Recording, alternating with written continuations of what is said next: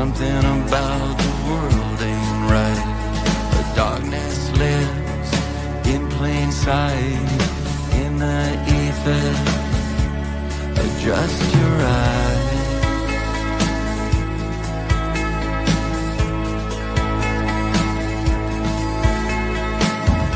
There are those that have no clue. You give them hints, they just stare at you. Most have lived in Plato's cave, watching. Welcome, ladies and gentlemen. We are here tonight with both Dylan Monroe and Chuck Swindoll. We love both of these guys. Their work is phenomenal. Chuck has learned a lot from Dylan and is used it and is going to be using it in a series or in a show tomorrow evening, airing at 7 p.m. on Chuck's channel on YouTube and wherever else he'll share with us where he's going to show that. And Dylan is now getting familiar with Chuck. And the reason we put them as wizards, because to us, they are wizards and we love their work and their minds and their souls. So welcome to the show, gentlemen. Thank you so much. Glad to be here. Really, it's an honor. Thank you so much. I cannot tell you how much Dylan has influenced my life just in his work with a map called The Cult of Baal. And when I began a series called The God Eaters, I was overwhelmed with how much information there was to cover. And one of the tough things about all that's happening right now in the world is attempting to summarize all of that information so that someone can ingest at least a major portion of it in one sitting. And that's very difficult to do. And one of the things that Dylan's work did and Genius did is he summarized, he pulled together civilizations, he pulled together all the many major events from world history, and he put it all in one succinct plate, you could say, or one piece of paper. And I was able, when I began the God Eater series, I was able to really expeditiously get through a lot of the details that would have taken me forever to get through. I was able to jump to things really quickly because Dylan had already so succinctly laid everything out. And it's almost in the same time, like the stuff that's in the outer portions of the civilizations like Babylon, Pharaonic Egypt, and so forth. They're almost in the same exact area of where that happened in time as when you look at the map. So it's not just a bunch of stuff laid onto a page and you got to make sense of it. It's actually organized. And so I was able to take that map, and from that, I was able to develop my whole God Eater series along with that work by Mike Harris on the Illuminati and all that stuff. And so then the other day, the weirdest thing happened with TruthStream, with the guys at TruthStream. I'm working with them on another project. And I had spent like 2 days or a day researching some stuff that they had sent me. And I went completely down the wrong path. Like I completely was in the wrong company looking for the wrong people. And I just was very confused. And I was wondering, like, how does this happen? And so one of the things I realized as I was working with AI to research this stuff is that AI is very much like a personality, and you must converse with it as though you're talking to a person the way you would want them to talk with you. So in other words, if you start becoming a smart aleck and putting it down, it will then return that to you. And so you develop a rapport with it. And if you can develop a logical sequence of events, it then begins to open things further and further, the further you get into it based on your questions that you asked before. And so I didn't know any of this until this whole thing went down with Joe and Scott. And so a couple of days later, I was sitting at my computer and Dylan's map came up. And I had this, it just hit me all of a sudden. I don't know what happened, but it just hit me. And I thought, you know, I wonder if I can tailor some questions to AI to help me bridge together these different societies and cultures, utilizing the real known history that AI is familiar with. It knows the clay tablets of Sumeria. It knows the green tablet. It knows these ancient works, and all this stuff is organized inside it that is accepted in the mainstream science. So it's not like you're going into some fringe thing in order to get this information. You can base it off of real history that we all have accepted for the most part. And so I then began this dialogue, and it like opened up the whole thing that Dylan had done, and it opened up all my work with the God Eaters. And I literally sat back in my chair for a minute. I was laughing out loud, and I'm like, holy smokes, this is incredible. I can feed off of this, and I can develop talks for people that will help them understand what is happening without having to get into the fringe edges of things to get there, because so many people won't walk into this whole Great Awakening because they think it's just all just fringy stuff, and they don't realize, no, it's actually mostly based in real history that's been kept from you. And so that's one of the main things I've been trying to do in my work, is to try and make all this incredibly diverse history in a palatable meal that you can sit down and in an hour or two, a couple of times, you can get the vast majority of the deceptions and the corruptions and everything that is going on. And so all of this was spawned from Dylan's map. And so I have just this huge debt of gratitude I owe to this guy, because it's now opened up this entirely new series I'm going to be opening up on my channel on Saturday nights, that we're going to be working through Dylan's map. And I have taken the entire, everything I learned in mythology from Dr. Campbell when I had cancer, I'm now able to apply that mythology to the mythologies of these cultures, and then tie their history and mythology into the belief systems that we now all accept today. And so it's going to be this amazing talk I'm going to be doing that's going to open this stuff based on the mythologies of these cultures. And it's the mythology of a culture that really carries it. Because really, it's the Christian mythology that's carrying the United States right now. I mean, basically, everyone has completely subscribed to the Christian mythology, which actually comes out of ancient Babylon and the Canaanites. And so I talk about all of this, and I'm going to be going into all those details to help people understand why the world is the way that it is today. So that's my introduction to Dylan. And man, it is awesome to be here. Thank you so much for the opportunity. Oh, absolutely. So happy to have you both. I mean, this is really interesting. I'm just becoming very aware of how short my hair is right now. Aloha, Dylan. You got a lot of fans in the audience tonight, man. Yeah, yeah, that's cool. I'm glad the Cult of Baal diagram helped so many people out. And, it is probably our second or third most popular one. And yeah, I'm prepared tonight. I think it'll be fun to go through a little bit of the process of how I made it, not go through the whole thing. And if that's what you want to do on your channel, good luck. Because since everything is connected to multiple nodes, it gets really confusing when you're trying to go through it, because you end up going down like the whole left side, then you forgot the center, and then it's like, how does it connect to the right? It's hard to do a full walkthrough. So good luck. But it's all there. And I love that you're kind of like working with AI too, because I was just thinking, like, when I was making that diagram, the AI didn't exist yet in 2018, at least that we had access to. But, I was trying to find the connections between these different societies and civilizations.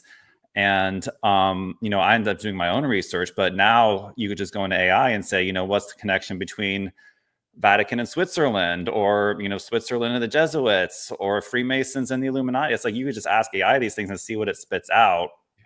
So that'd be really cool to see if it confirms the research that I did or maybe adds to it. And, I've prepared a couple new things to present over the course of this podcast as well.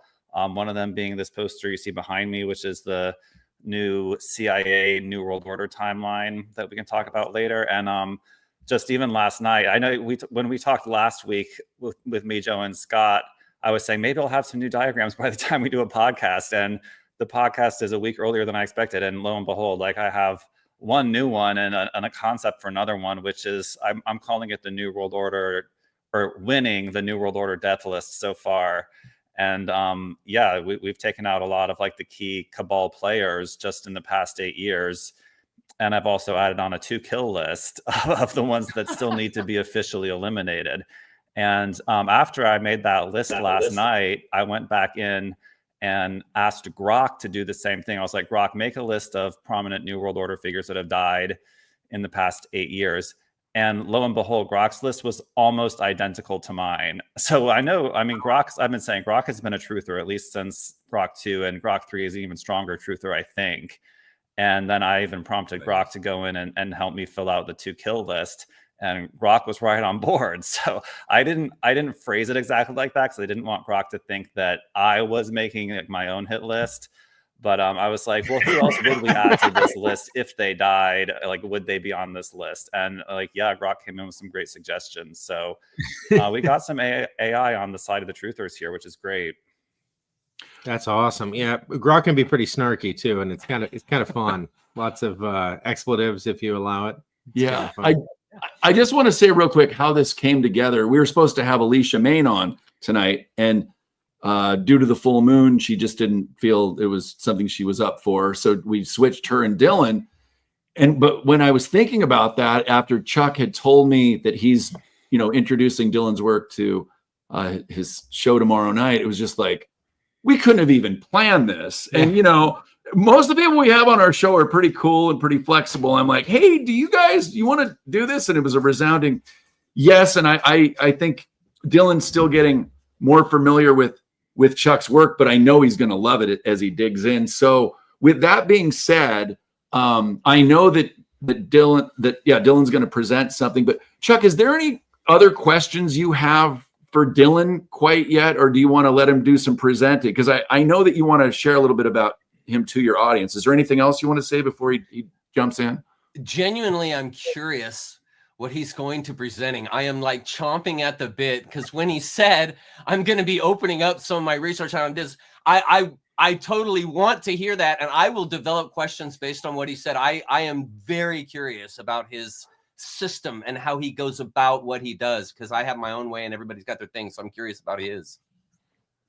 Yeah, and based on the last work you were talking about, have you done a Clinton kill list chart yet, or is that one just too risky? I haven't personally. Oh my God. Maybe we can ask Grok about that one. And you're right about Grok. You're exactly right. It gets snarky. It has a personality. And one of the caveats people need to know is that it will base its answers on what you've already talked about, meaning it will reflect how the conversation is going. And that's why I'm saying it's like talking to a person. If you're talking to someone, you cover some subjects, you'll refer back to them as you go through your conversation, and that person will remember. And AI does the same thing. And so if you get off on a weird tangent, you'll stay there. You really, like you just said, Dylan, you have to kind of steer and guide it with some basic knowledge and understanding to know, okay, we're getting down a good path here that makes sense, because it can get off on these weird tangents. So it's not just as easy as just typing in some stuff and it doesn't. I mean, you have to have a conversation with it. So it's good you brought that up. That's a good point. Well said. Dylan, do you want to present anything quite yet? You're more than welcome to. Yeah, sure. Since Chuck is so interested in the cult of Baal, I think it'll be fun to walk through a couple of the early stages of it. Because I haven't really talked about it that much since like 2019 is when I did a lot of the interviews about that. And I think a lot of those interviews are even deleted off YouTube. So they've been lost to history. So it'd be a good thing to review a little bit. Absolutely. So let's see if I slides and PDFs, maybe my computer, maybe. Okay, no, I might just have to do screen share. Okay. And that's fine. Because I'm not seeing a window share. Well, while you're working on that, can I ask you a question? Yeah. Okay. So in the beginning, you have the Canaanites down in I'm going off memory here. I don't have the map in front of me, but you have the Canaanites down in the center at the top of the map with human sacrifice and Baal worship as the foundations. I'm curious, since Sumer, Uruk, and all of these small city-states that were established around 7000 BC. Now, in your opinion, do you equate them to the Canaanites, or do you put the Canaanites a post-Sumer, like after 3500 BC? And the only reason I ask is that I've always thought of Sumer as the cradle of civilization in Mesopotamia. And so when you chose, obviously the Canaanites are also from Mesopotamia, but I'm curious as to why the foundation went to them and not to Sumer.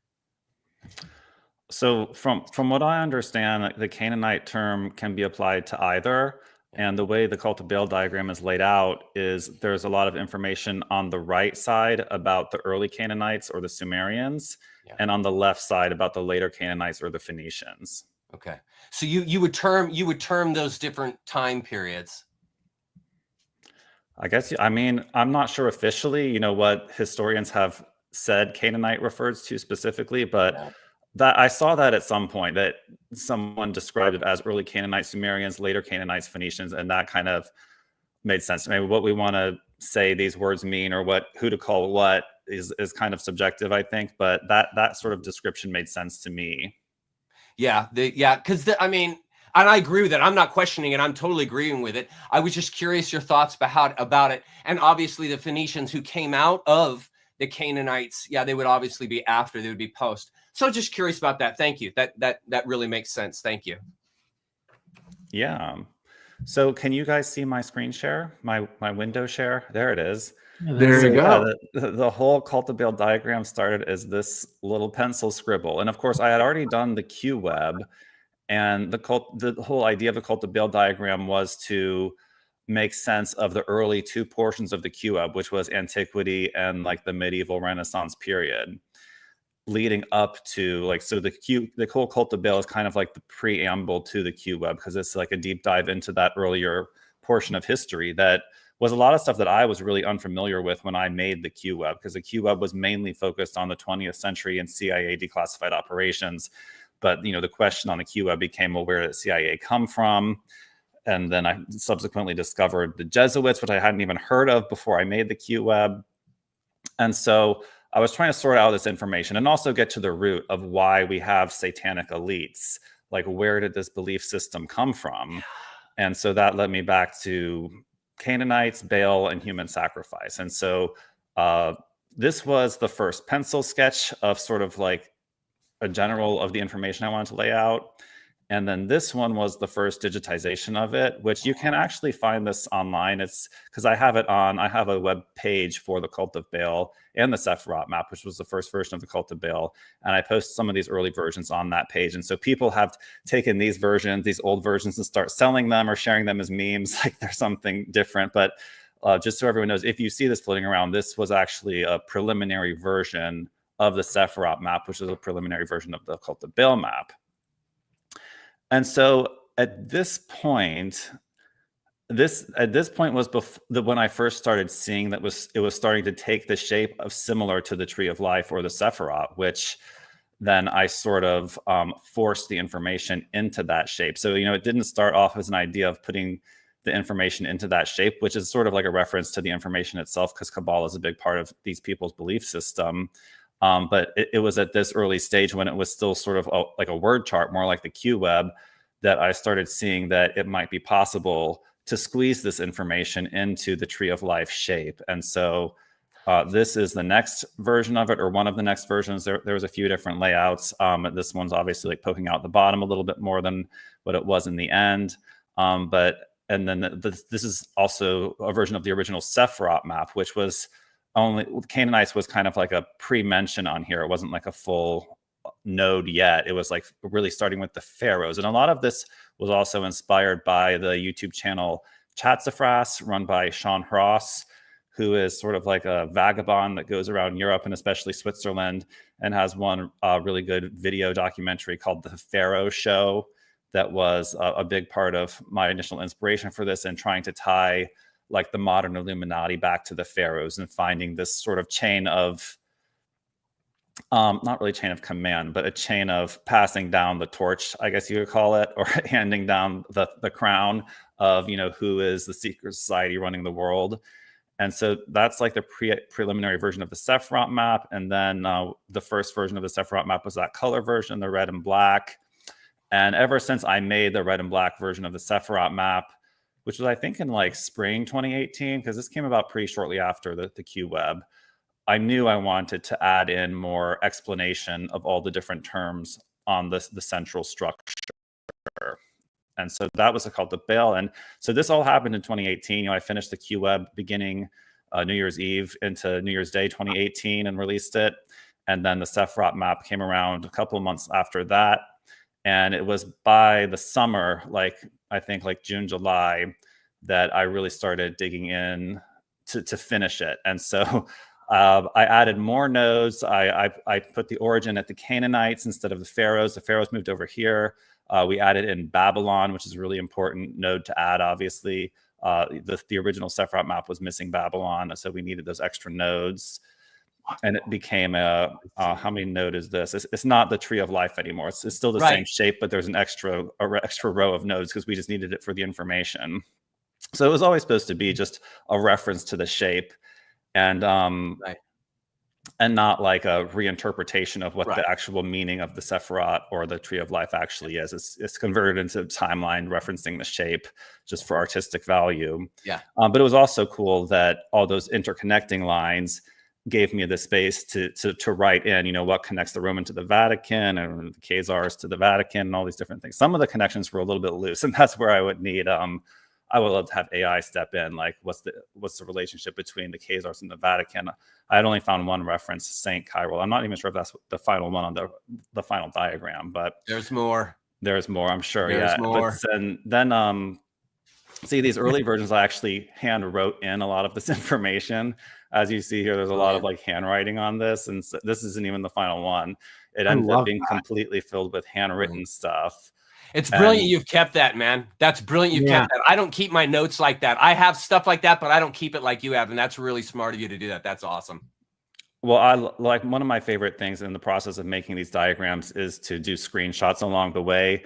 And then every time I save it, like on the next day or the next week, you know, I open up the preview and go back and forth between the two versions to see like the improvements. And so I have screenshots of the whole process of these being created, even multiple scans of as I was writing this in by hand, which not many of my diagrams I did this handwritten portion, but this one got the special treatment. And so then basically from there we jump to like the final versions of the diagram. And we currently have the two different posters, like the ornate one and the beige one, which the beige one has been a lot more popular. But then this is our tapestry version, which is sort of a combination of the two.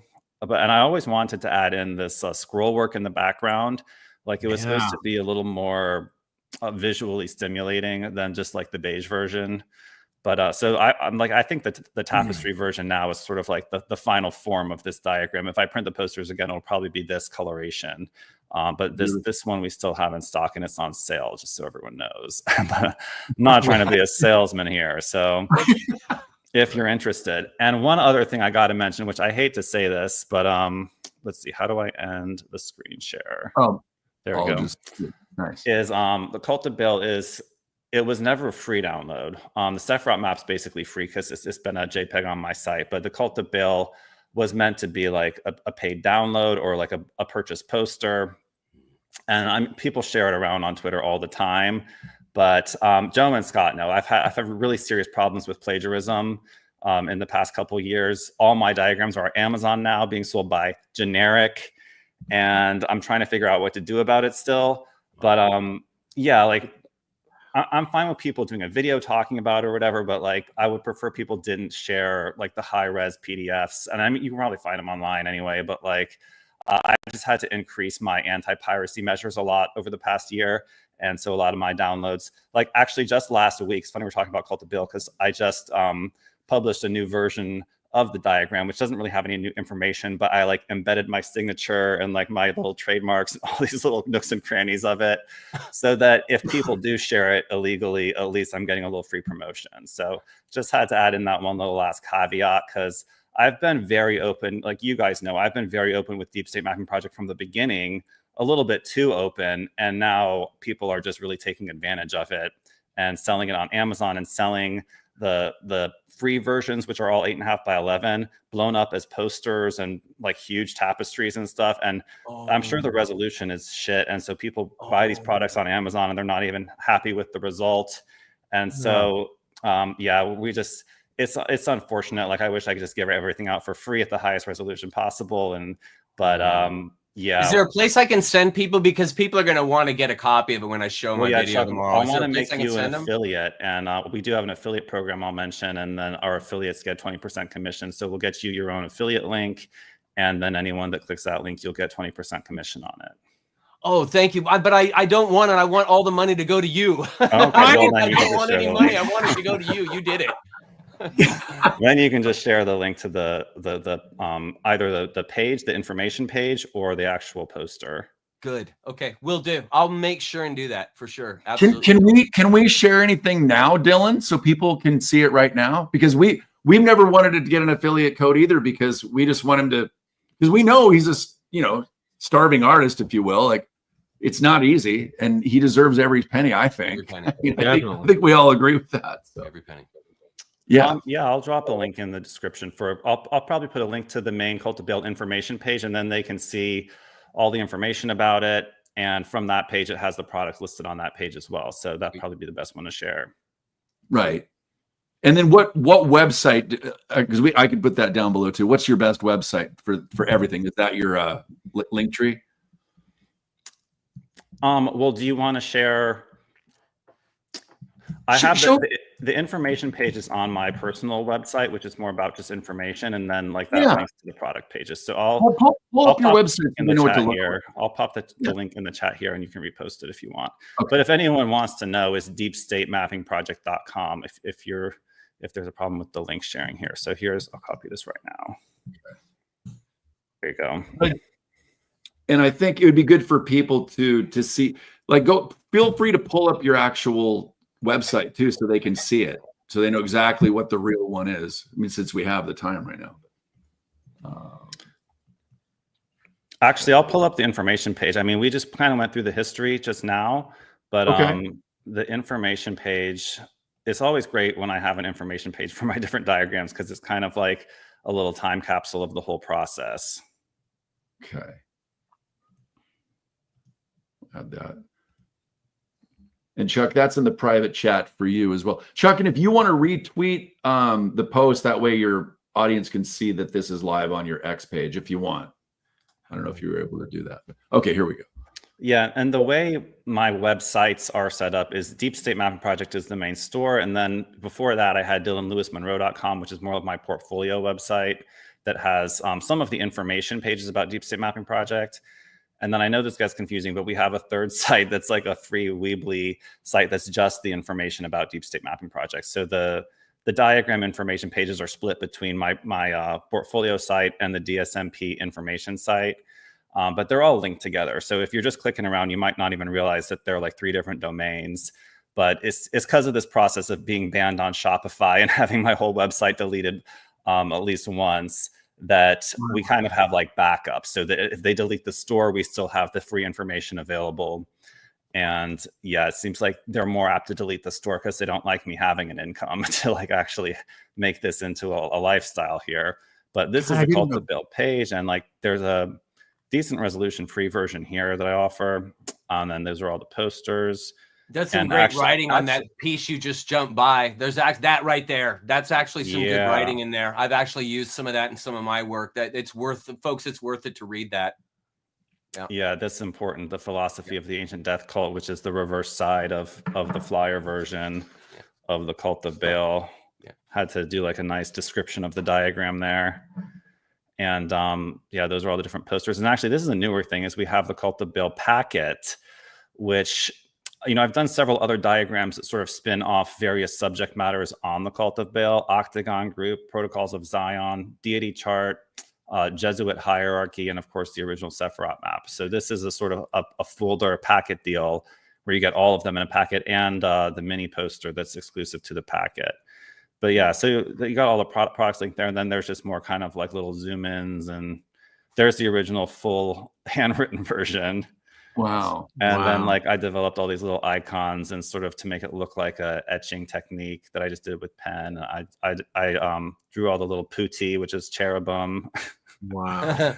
And see, like these are some of my original interviews about it that are not on YouTube anymore, unfortunately. And then actually, this is actually the one diagram where I actually had a bibliography as well on the website for it. And a lot of these links don't work anymore as well, because the internet's been scrubbed so much since 2018.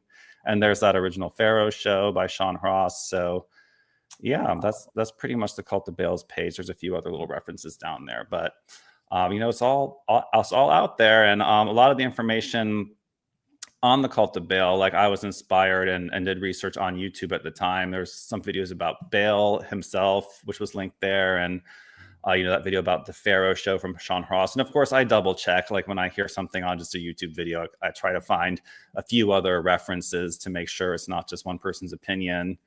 But there's little on the cult of Baal that's just pure opinion. But even like something like the Khazarian Mafia, and I think his name is Arthur Koestler's book, 13th Tribe. Even that's pretty controversial, and people saying like there's no such thing as a Khazarian Mafia, which I believe there is. But I don't believe that Jews are like the peak of the power structure on this planet, controlling everything. But there's many different mafias from many different nations, and there's this one powerful one. But in my opinion, it's the royalty that's at the top. And I was actually just listening to a Nino interview with Roseanne, who is Jewish, and she was I was agreeing with a lot of what she was saying, that it really does go back to the royalty and the historical use of Jews as court factors as a scapegoat. And the scapegoat actually even relates to their deity Baal, that we use that, or not Baal, but Baphomet, that we use that terminology, scapegoat, for the Jews a lot. So it's interesting. You said behind you in your right shoulder, there's a CIA thing you're doing. And I find it intriguing. This is really wild, dude. I find it intriguing because when I did my first 2 videos on the God Eaters, it was about, it wasn't about, but the cult of Baal map was a part of what was presented. And what's so interesting is once I got past the first 2 and I worked through a lot of the world history that I wanted to in the God Eaters, I went to the CIA also. That's what's so interesting is that it led me. I didn't know you had done that CIA thing. And so it's so intriguing to me because that was my same next phase, was in this deep dive into the CIA and how basically it's the military arm for the Khazarian Mafia. I mean, it's basically the CIA is just an operational arm for them. And so if folks think that the CIA is running the world, it's not. The CIA is just an operating arm of this larger sphere. And I find it amazing and fascinating that you went right into the CIA mapping. What have you covered in that CIA mapping? Because I've been in the CIA for my last 3 videos in God Eaters. So I'm genuinely curious. What are your major heads? What's the major stuff that you're doing with the CIA and in regards to the Khazarian Mafia? Well, funnily enough, this one that I have behind me, I'll do another little screen share here of a zoom in on that because we don't have the best lighting behind me. But it's very similar to the concept of the Q web. Like the main concept of the Q web was the CIA declassified operations. But the Q web didn't even cover everything that's on this one. And this actually came from originally a sketch that I had done. It was actually more of like a t-shirt idea. And it was kind of like having a t-shirt of like the New World Order, but it was like a tour t-shirt. You know how the tour has like all like the dates going down it usually. Yeah. And so this was idea kind of like the New World Order, like world tour. And yeah, I had, even on the Q web, it didn't really list every coup d'etat, every overthrow. Like it mentioned some of the main ones. I think it mentions like, I forget, but anyways, this went into basically, this list was actually generated by Grok. I mean, I double checked it, but I was just like, let's have Grok help me with this diagram. I said, give me a list of all the countries the CIA had overthrown and like since its origin. And this is what it spat out. And I added 2 at the end. I added Ukraine in 2014 and Syria in 2024. I mean, that just happened and no one even talked about it. It's the craziest thing. I mean, as Syria's just back in the news this week as they're massacring Christians across the country by the extremist HTS government they have there. But, the CIA has been causing chaos in Syria for a decade of terror before this final overthrow of Bashar al-Assad. And so, this is the newest diagram, and it goes down that whole list. I don't know if I want to mention all of them, but, starting with the CIA in 1947, but Iran, 1953, Guatemala, 1954, Cuba, 1961. And this is completely public information. This is not conspiracy theory. This is like, if you were to buy a book about the CIA, I'm pretty sure it would mention most of these. There's a couple that Grok actually added in a note that is like the CIA's involvement is not like 100% confirmed. It's like suspected. But when it's suspected, you can pretty much there's probably even more than what's on this list, to be honest. This is probably an incomplete list. But going to Cuba, Vietnam, Brazil, Chile, Panama, Iraq. This is amazing, dude. This is exactly what I covered on my video, bro. This is amazing, bro. I cannot believe it's aligning so much with you. This is amazing. This is awesome. That's great. Yeah, it's great when multiple researchers come to the same conclusion. But Honduras, Libya, Ukraine. Yeah. So yeah, not many would actually add Ukraine and Syria. I mean, Syria just happened, but like this list is developing. It's like they're still out of control. But part of the reason I decided to focus on this one right now is because everyone, especially the liberals, are making such a big hoorah about Putin invading Ukraine. Well, it's like people don't even realize that the CIA overthrew Ukraine in 2014. Imagine if Russia had come in and overthrown Mexico 5 years ago and was filling it with their own biolabs, targeting Caucasians in America. Like, what do you think we would do? That's exactly what happened in Ukraine.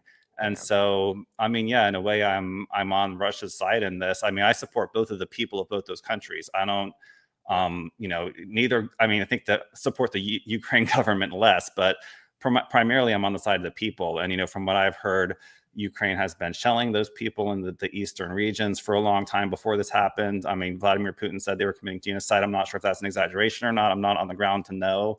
But genocide claims should be taken seriously and investigated. And I think it's right of him to step in if that's really what was going on. And then we still see Ukraine, pulling their men off the street in a violent way, throwing them into vans, taking them away from baby carriages and dogs, leaving them on the street. It's just like, I don't think that this regime, the CIA installed in 2014, is treating the people right at all in a lot of different ways. And so I'm excited to see Zelensky's regime fall from power. I didn't see the United States on that list. But I think I mean, you could argue that you could 1963 the CIA did a coup d'etat in the United States for sure. Yeah, well, and the culture war that's been raging for the last almost decade is definitely heavily CIA involved. But yeah, and just one more thing, just so people understand the background of this diagram. This figure on the right is George H.W. Bush, and he's kind of like peering menacingly over the events of 9/11 there. Wow. Yeah, I didn't see that. I knew the left, but on the right. Okay, now it's so obvious. I can't miss it. But yeah, it's George H.W. with that high hairline. Wow. Your sense of aesthetic is phenomenal. It really is, dude. You could do a Five Eyes version, and I mean, that would be interesting how they're all linked. I think one of the most difficult things or aspects for people to understand is that this cult has no value for life. It goes all the way back to the beginning, and that they don't see human life as anything sanctified. They don't see existence here as anything holy in and of itself. They see the entire world as basically a manifestation of filth, and they are the managers of the sewage, and they consider us that. And it's hard for folks who are completely locked into the system to be able to understand the depth of hate, true, unabashed hate that this group has for society. And, it's one of those things where when you step back, I don't mean to stereotype us, but like we've done, where you stepped back and you get kind of this helicopter view, it becomes this horror scene. But to convey that to someone who is in it and they don't see the horror because they're completely sold in lies, they can't understand the level of hate. They can't understand that they really do want to not just kill you. They want you to die in torture. They want you to die in pain and suffering. It's not just that they want you to die. They want you to die in this horrific way. And so that really will help folks with time, and doing posters like that will really help folks understand these people really are truly pure evil.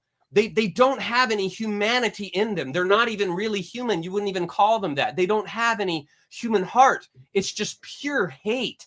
And so it's great that you're doing stuff like this, man, and you're mapping this stuff out. It's, some of the kind of thing I'm doing. I'm just trying to put the information out like you are, try and organize it, give it some siblings so that people who will take the time to find this out, and that's the only people that are going to wake up is if you take the time, they will be able to find it out because you provided that stuff. And guys like Joe and Scott have it. That's real important. So I just really thank you, man, for working so hard to bring this stuff to society and help folks understand just what we are facing, really. So thank you. My pleasure. Right. I want to. There's about a less than 2-minute clip by Laura Logan talking exactly on what you just said, Chuck. And I think it'd be good to play this for people because it helps. when I hear something like Scott would tell me certain things years ago, and it's not that I didn't believe him, it's just like, well, I need to hear this somewhere else. So when you start hearing more and more sources back it up, it's really helpful for people. So I'm gonna share this, and hopefully this plays. And here we go. Because one of the things I asked him is, I said, I get it, but I don't get it. The children, you got to. I have such a problem with this. You got to explain this one to me. And he said, well, first of all, you're looking at it the wrong way. I said, what do you mean? And he said, well, they don't define children the way you do. They don't define the world the way you do. The choices that you face are not their choices, right? They look at it completely differently. And I said, well, okay, so how do they look at it? And he said, for them, everything is defined by their one fundamental, all-consuming purpose. I said, which is what? He said, to defeat God, right? Because this is the moment. I mean, for them, it's about the real God. The true gods are them and Satan, they're right? And so he said, children are the closest thing on earth to God, because we are created in the image of God. And as you know, from the moment we're created, we haven't had time to be corrupted and to stray.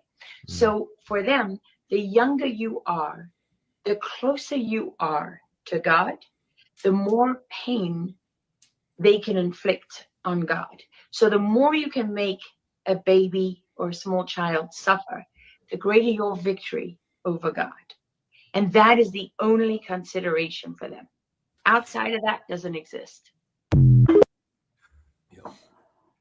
So that's what we're dealing with. That's why the world is, I mean, this sounds crazy, but this is what we all need to hear. And only then, when we're all aware of this, then hopefully it can start to either go away, or we can defeat it, or whatever we want to call that. But I think that was a poignant place for that video, so people can have Laura Logan back up what we're talking about. Yeah. It's really true. It's really true. The Khazarian Mafia is such an important piece of information if you want to understand the world around you. But it seems like there's that segue into the activities of the Sabbatian Frankists that had as big of an impact, or more recent impact, obviously, on how we look at Jewish culture, Jews as a people, Semitic versus European, so on and so forth, and all of the weird manipulative machinations that took place on that path. Have you guys gone down? I'm certain you've gone down that rabbit hole. More recent? You mean 1666? Yeah. Yeah. Well, yeah. I learned about, I think, a lot of that after the cult of Baal.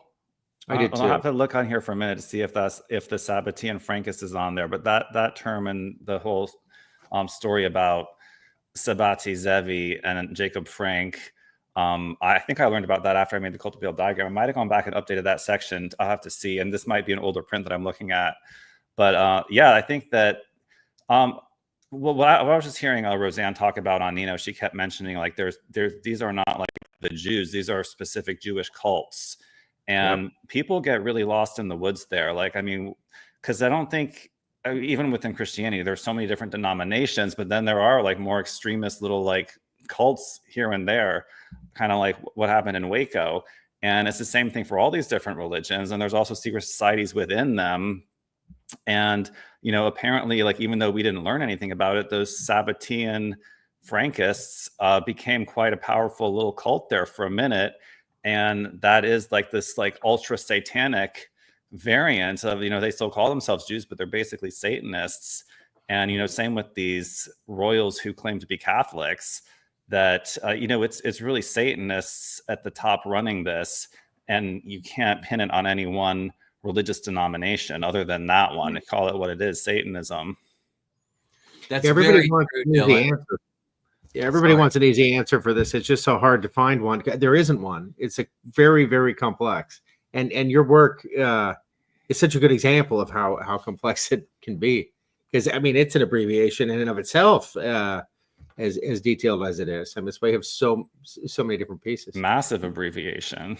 I think it's real important for folks to understand the Khazarian Mafia is a conglomeration. It's always been a conglomeration. Now, there is a seed of bloodline within the group. There is a seed that goes all the way back, even back to the Cain, the line of Cain, all the stuff, the Phoenicians, all stuff. But there's a seed, an actual bloodline seed. But then there's also a mafia that surrounds that seed. And so it's just exactly like a mafia, like the Italian mafia. You have mob bosses, and then you have all of the quote unquote infidels that work hand in hand with the mob boss. And it's the exact same, as far as I know, it's the exact same situation with the Khazarians. So this is what I see a lot, is that people think that the Khazarian Mafia, you have to be a Jew or that you are a Jew. Yes, there are a number of Jews that are in it, but that doesn't mean all Jews are Khazarian Mafia. And that doesn't mean that you become a Jew when you join the Mafia. So it's one of those things where it's a conglomerate, and people need to understand when you do research, it's not just going to be one single family line. It's going to be aspects and things that constellate that family line that travel through time with these mob bosses. And that's why Dylan's map is great, because you see the mob bosses, the kings of Babylon, Pharaonic Egypt, the Vatican Church and the Pope. These are mob bosses. These are the central figures. These are the central groups that are steering it. But then you always have, your folks that surround that want to be in on it, that want to be a part of the money, and so on and so forth. And they're a part of it too, and they can confuse things. So when folks seek this stuff out, if you're just starting, understand you're not just looking for one specific bloodline or one specific Jewish race. You're not gonna be able to get it all down like that. You're gonna have to look at it more as a group to keep from confusing yourself, if that makes sense. Chuck, isn't there largely an absence of like Semitic? We're talking about bloodlines. There's a more or less an absence of that with the Khazarian ties. The idea was that they adopted Judaism. Yeah. There's a few different stories circling. One was what was it? A Russian king that told them, you get religion or go. Here's your choices. They chose Judaism, and then they went real heavy on the Talmud, real light on the Torah, and flipped the tree of life around. Yeah. And got heavy into Kabbalah, which was a matchup for their actual. It's kind of like when you go get the voodoo candles at the store, and they have pictures of Jesus and various saints and so on. That was all hoodoo and voodoo. I mean, we saw a lot of that, in our markets and bodegas, because they couldn't practice hoodoo and voodoo openly, so they had the Christian equivalent on the candles. So I don't know. I kind of see it in that light. Yeah, the entire thing is based on deception. The entire thing. Yeah, so the king says to them, pick a religion: Judaism, Christianity, or Islam. They choose Judaism, the Talmud version, and they just adorn this, but it's all fake. They're not actually practicing the authentic Jewish faith. They have taken this Satanism and they have put it into the traditions. They have put it into the rituals and rites, and they have completely perverted the entire thing. So you might see, like when you look at the Pope, you see this holy garb, you see this holy cap, he's got the rod of stuff. So there you have this picture of this holy man, but that's just a blanket, it's just a costume. What's inside that costume is utter evil, pure and utter evil, but it is costumed so that you don't see it. And they did the exact same thing with the Jewish race. They just basically took all of that, put it on their own head, and then just destroyed the entire thing underneath this layer. That's why when you see that stuff they pulled out of New York, and they're pulling out bloody mattresses and stuff out of New York, you are seeing the inner sanctum of this group in action. But they're all wearing their Orthodox Jewish garb and, supposedly practicing that. But that's all a lie. They're practicing Satanism. They're practicing child sacrifice, this kind of a thing. And it's all been intermingled with Jewish history, which, since they also have the Talmud in Jewish history, it's all intermingled with this really weird whack stuff that's coming out of the Canaanites, that's coming out of ancient people that had no value for human beings. And so it can become very convoluted when you try and start putting it underneath an umbrella of, okay, it's the Jews. Well, it's actually not the Jews. Okay, it's just the Ashkenazi. Well, it's Ashkenazi, but there's more than just that. You know, you can't just put all this thing together like that. You know what I'm saying? So it's so complex. It really is. And then you get the Sabbatian Frankists involved, and then it's, I mean, you could get a PhD in this and still not know the whole story. You'll have a PhD in history by the time you're done studying. If you really study this group, you will go through every single society from back to the beginning. And so by the time you get to the end of your run and you've chased this whole thing, you're like, holy smokes, I know all about Pharaonic Egypt. I know all about the Babylonian kings. I know all about the Canaanites. I know all about the Sumerians and the Phoenicians. And this kind of thing people never knew about. And that's one of the reasons why they were able to keep it a secret, because people don't really know this history. They don't really know how to trace this stuff. And that's exactly what we were talking about earlier with Dylan, in that you can use AI to do a lot of the groundwork that you would have had to have done to actually find this stuff out. You now have an advantage, and I'll show that on my show tomorrow. You now have an advantage literally in your computer waiting to be used. And so that's one of the beauties of this whole thing, is that you actually can make sense of this group that doesn't fall underneath one helm, for so to speak. It's like studying the Sumerians, you know, and learning about the Anunnaki and so on. I mean, much of what we know came from Jeremiah Sitchin. And then when I found out about the lack of dependability there with regard to Sitchin, that he was motivated politically and otherwise, you know, you have to go for other sources. And I mean, that was our first written record. There's not a whole lot publicly available on that topic. There's not. And some of what Sitchin said, you know, is interesting. And I think in the midst of a gentleman like that, and then there was that one gentleman that was from the Zulu tribe that did an interview with David Icke. But anyways, it's these kinds of people you may not believe everything they say, and everything they say might not be the ultimate truth, but there are threads of truth within it. Just like there are threads of truth in every religion, there's threads of truth in Buddhism. These things are not totally corrupt. They actually have threads of truth for you. They actually have good things to say. And that's one of the things we like to do as a society, is pick a side.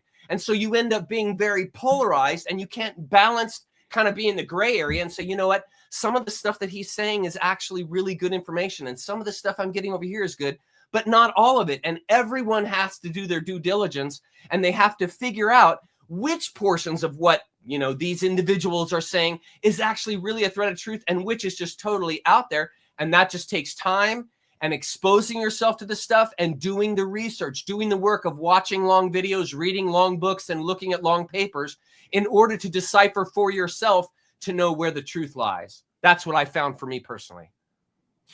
One thing that's exciting about Dylan's work is so much of it is intuitive, or at least has an intuitive origin. I mean, can you describe that process a little bit? Because it blows my mind. Well, I would say the cult of Baal was more research-based than maybe some of my other diagrams, like a little bit less intuitive. But there was a process, like when I was doing the Q web, and say like there'd be a gap between like a few different words. Sometimes like something would just pop into my head, and I would research that word and be like, oh my God, it's like the perfect word to fit in that gap, when I maybe didn't even really know completely what it meant. Like maybe I'd heard it before. That happened with the healing web too. But for that ancient history stuff, you know, it's like I didn't learn any of that in school.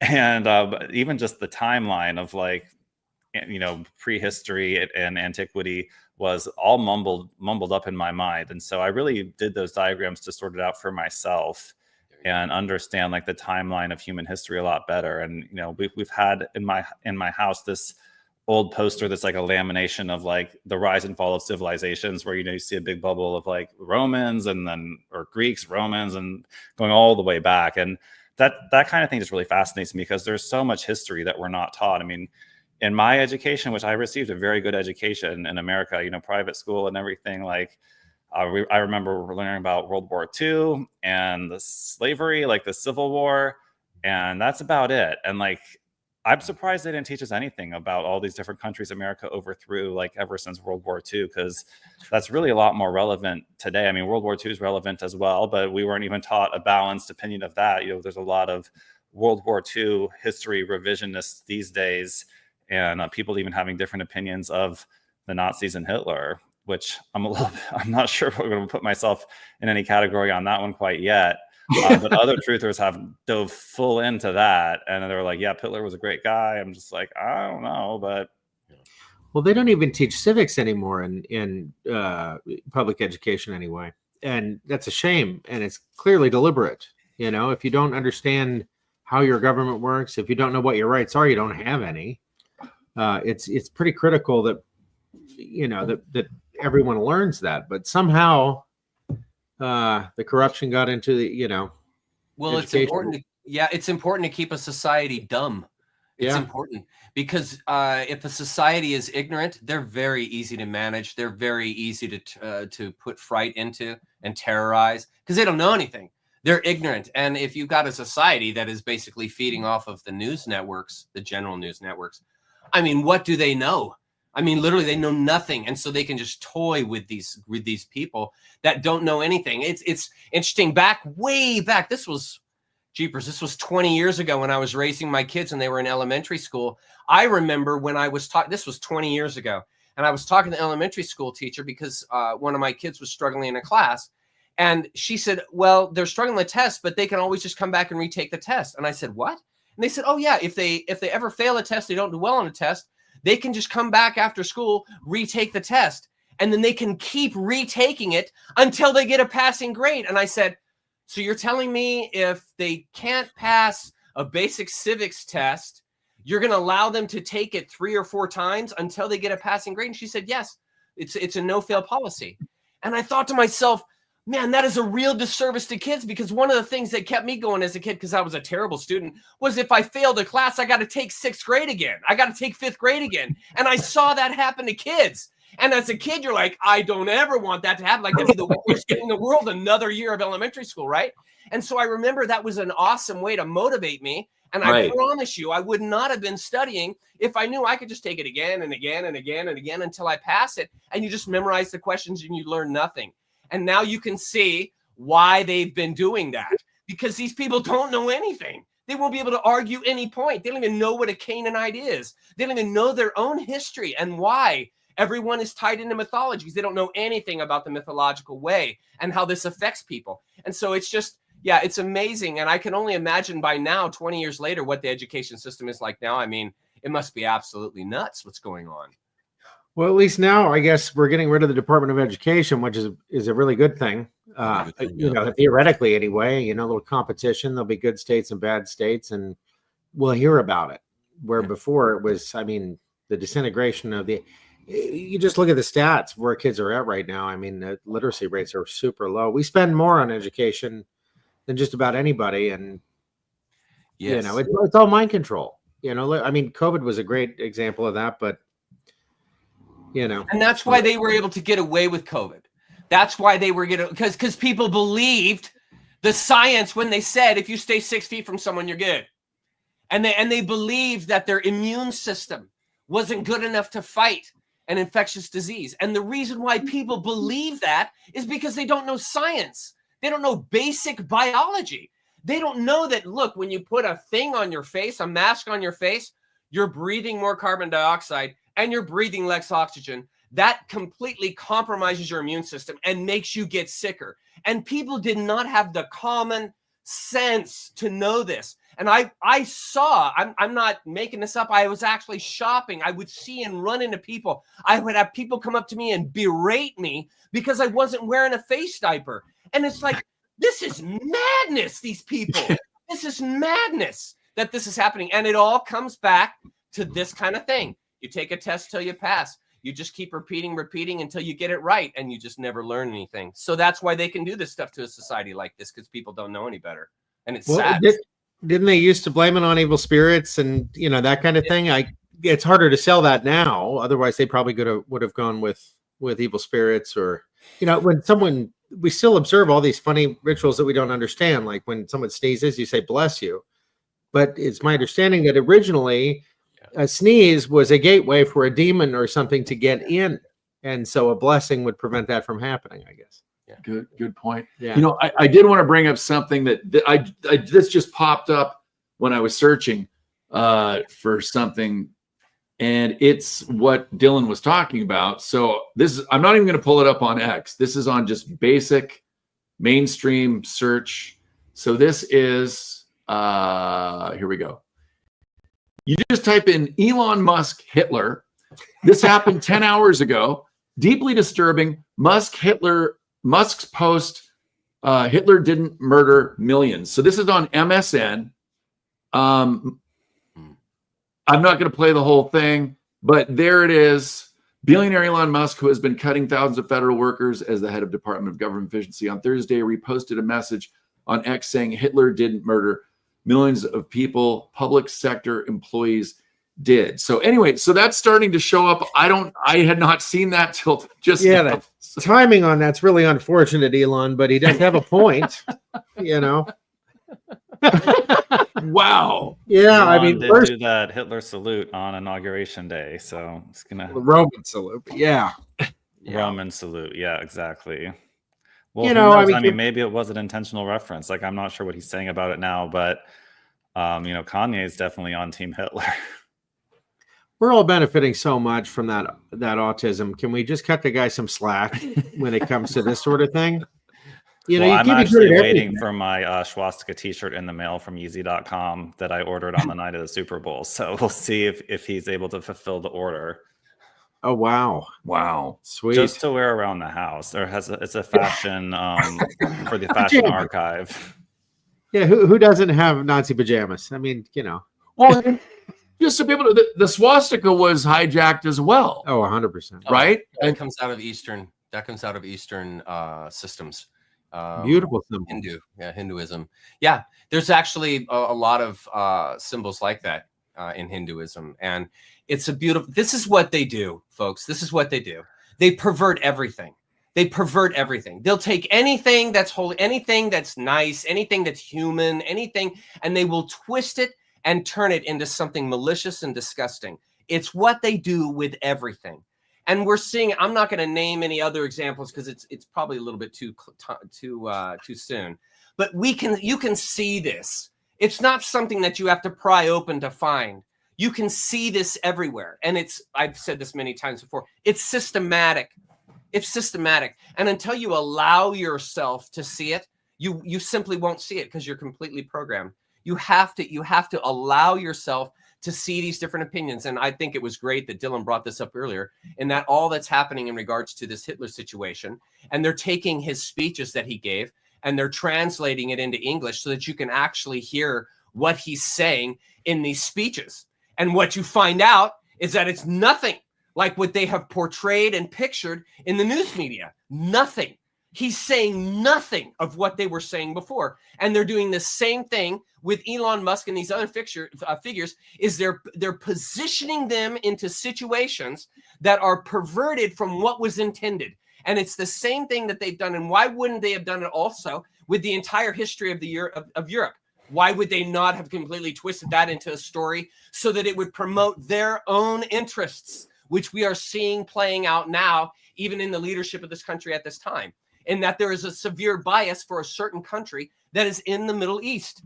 And they refuse to look at the whole picture. They only want to see one side. And it's now becoming so prevalent and apparent because now with folks that are coming into the news like we do, and we come in and we don't have an agenda, we're just telling things as they are, they're not able to keep the top on the top of the kettle. They can't. It is boiling, and people are finding out this is an entire illusion that they have been playing out since long before Europe. This has been playing out since they were discovering Europe, and they already knew Europe existed. So this is a very old thing that they're doing. And so, of course, it would be nuts in the same way it's nuts to think that religion was never tainted by these people. It's the same thing that you're nuts if you think that history wasn't also tainted by these people. And the things that they're telling you that Hitler was saying is nothing like what Hitler was actually saying. And I think they obviously did the same thing with Jesus, and they did the same thing with Buddha, and that they put words in their mouth and they make statements that twist what they were intending to say. And everyone buys the twist. And so when someone comes along and says, no, actually, that's not what Jesus meant. No, that's not actually what Hitler said. No, that's not actually what Buddha did. People are like, you're nuts. Get away from me, Satan. Because they have been totally brainwashed with this BS. And folks need to understand, no, dude, everything has been tainted. Everything has been tainted. Not just one segment of a war. The entire war was tainted. It was fought by the same people behind the scenes, plotting and causing entire societies of people to literally go and kill each other. And this is the thing. And so that's what everyone needs to understand right now is when someone comes along and says something crazy like, hey, there's actually a different story going along with this whole Holocaust thing. There's actually something different that was happening. You need to take the time without getting emotional and getting out of crazy and take a moment and look at some alternate opinions. Consider some alternate thoughts that are outside the normalcy that you've been growing up with. And yes, it might be painful because it might bring you into a state of disillusionment, which is uncomfortable, but go with it. Stay with it. Be unafraid. Stay in that space and challenge yourself. Stop being a child and approaching the world as an adolescent, asking permission, seeking approval, and expecting reproof. Stop approaching the world like that. That's how a slave approaches. Instigate yourself into it bravely. And then with courageous spirit, walk into these spaces and look at both sides and decide for yourself. Stop integrating what the leaders are telling you to believe. Think for yourself. Decide for yourself. Research for yourself. And you might just be surprised what you come up with. You might just be surprised what you've been believing your whole life is a total con. So sorry to rant, but that's my thoughts on that. Look at the fervor that they ginned up around Trump. I mean, it's a full mythology. It's a demonization, right? Just what you were talking about, a great real-time example was find people on both sides. I mean, yes. The rest of the clip, he goes on to condemn white supremacy and so on and so forth. But everyone believes he's a racist. And this is a man that won all sorts of civic awards. There's pictures of him with historically significant black people throughout his life, arm in arm. I mean, you wouldn't think they'd be able to paint him with that brush. But, you go talk to 10 people and 9 of them will probably tell you that he's a racist. And then everyone seems to think he's a narcissist. And I don't really see the evidence for that. I think people just enjoy saying it. It's tragic because people, this is the funny thing. If you had something happen, say in your own life, say like one of your kids got in a fight or something, you would want to know the story. Your kid would come home and tell you a story. You'd be like, okay, I hear you, but there's a reason they got pissed off at you. There's a reason why you got, it takes 2 to tango. And so as a parent, if you're balanced and fair, you're going to find out, okay, what's the other story? And I'm not going to get it from my kid because my kid's not going to tell me the truth. I'm going to need to go and find out from someone else elsewhere who was in that scene and can tell me. And it's just mind-boggling to me that people will then take a humongous historical event and they won't get any side but one. And so they'll watch a report that comes on CNN and they'll just watch this thing and like, okay, well, that's the way Elon Musk is. Okay, well, that's the way Trump is. Okay, well, that's the way the press secretary is. And it's just like they integrate it. And then if you challenge them on it, they actually get angry at you and they actually won't want to talk to you. And my thought is, why are you not getting the other side of this? Why are you not doing the basic due diligence that you would do with your own child with these enormous systems that are running the world, that are influencing everything, that are influencing your life and taking your money? Why would you not want to find another side to that? It doesn't make any sense to me. And so that is so important when we talk about these subjects that are really edgy. Folks, you need to expose yourself more than the sandbox you've been led to. You need to get outside the playpen and start discovering the real world, because it is not the playpen that they put you in. It is not. It is not. Nature is a free thing full of all kinds of chaos. And so you have to learn to walk into that space and navigate that space lucidly, without getting caught up into any one single belief system, if that makes sense. So, for what it's worth. It does. There's a 250-pound dog over here snoring. I don't know if you guys can hear that or not, but if you're wondering what that sound might be, it's, yeah. I wanted to bring up some pictures. Just, these are of the building at the Vatican. It looks like the head of a snake. Some people are familiar with this. Some people are not, but why would they make something look like this if there wasn't a reason? So I'm just going to share this with some folks so that they can. Yeah. Charlie's not the 250-pound dog, but she's here also. Thanks, Hobbit. Right. Okay. So here we go. We're going to go here and we're going to blow this up. Just kind of, we'll walk you through some of these and why at the Vatican, if it was, good and of God look like this? So we're just going to kind of peruse there. There's the inside, the snake eyes, looks like the mouth of a snake. There's the outside. That's kind of an odd, precarious looking building. There's another example for you. And then I think hopefully as we get closer, we can look at it basically looks like Jesus being torn into 1,000 pieces up close. If I can get some of these images. And then where the Pope sits, he's the flickering tongue of the snake. Right. So I think hopefully it lets me. I'm going through these, so there we go. Yeah. How does that look? I mean, that just gives you the heebie-jeebies just looking at it. And right here, I don't know if this is coming out, but at the very top, what's supposed to be Jesus's hair literally looks like the head of a snake as well. And so, I just implore you guys to dig into these pictures. I mean, if the normies are watching this, sometimes it just takes a couple of kernels to heat up in the pan before you have a whole thing of popcorn. And hopefully this is one of those kernels for you, because this is not your typical church. I just wanted to say that. Yeah, and you can take that art piece, and I think if you cut it in half and flip it or something, mirror image it or something, it turns into a demon. There's a lot of different things you can do with it, right, to make it. And it's obvious something like that would not be in a holy sanctuary. I mean, that's a sanctum of Satan, basically. Exactly. It's not easy to. I grew up in a Catholic family. It's not very easy to tell your mom and maybe a couple of my siblings, not all of them, that that the Pope is not who they think it is.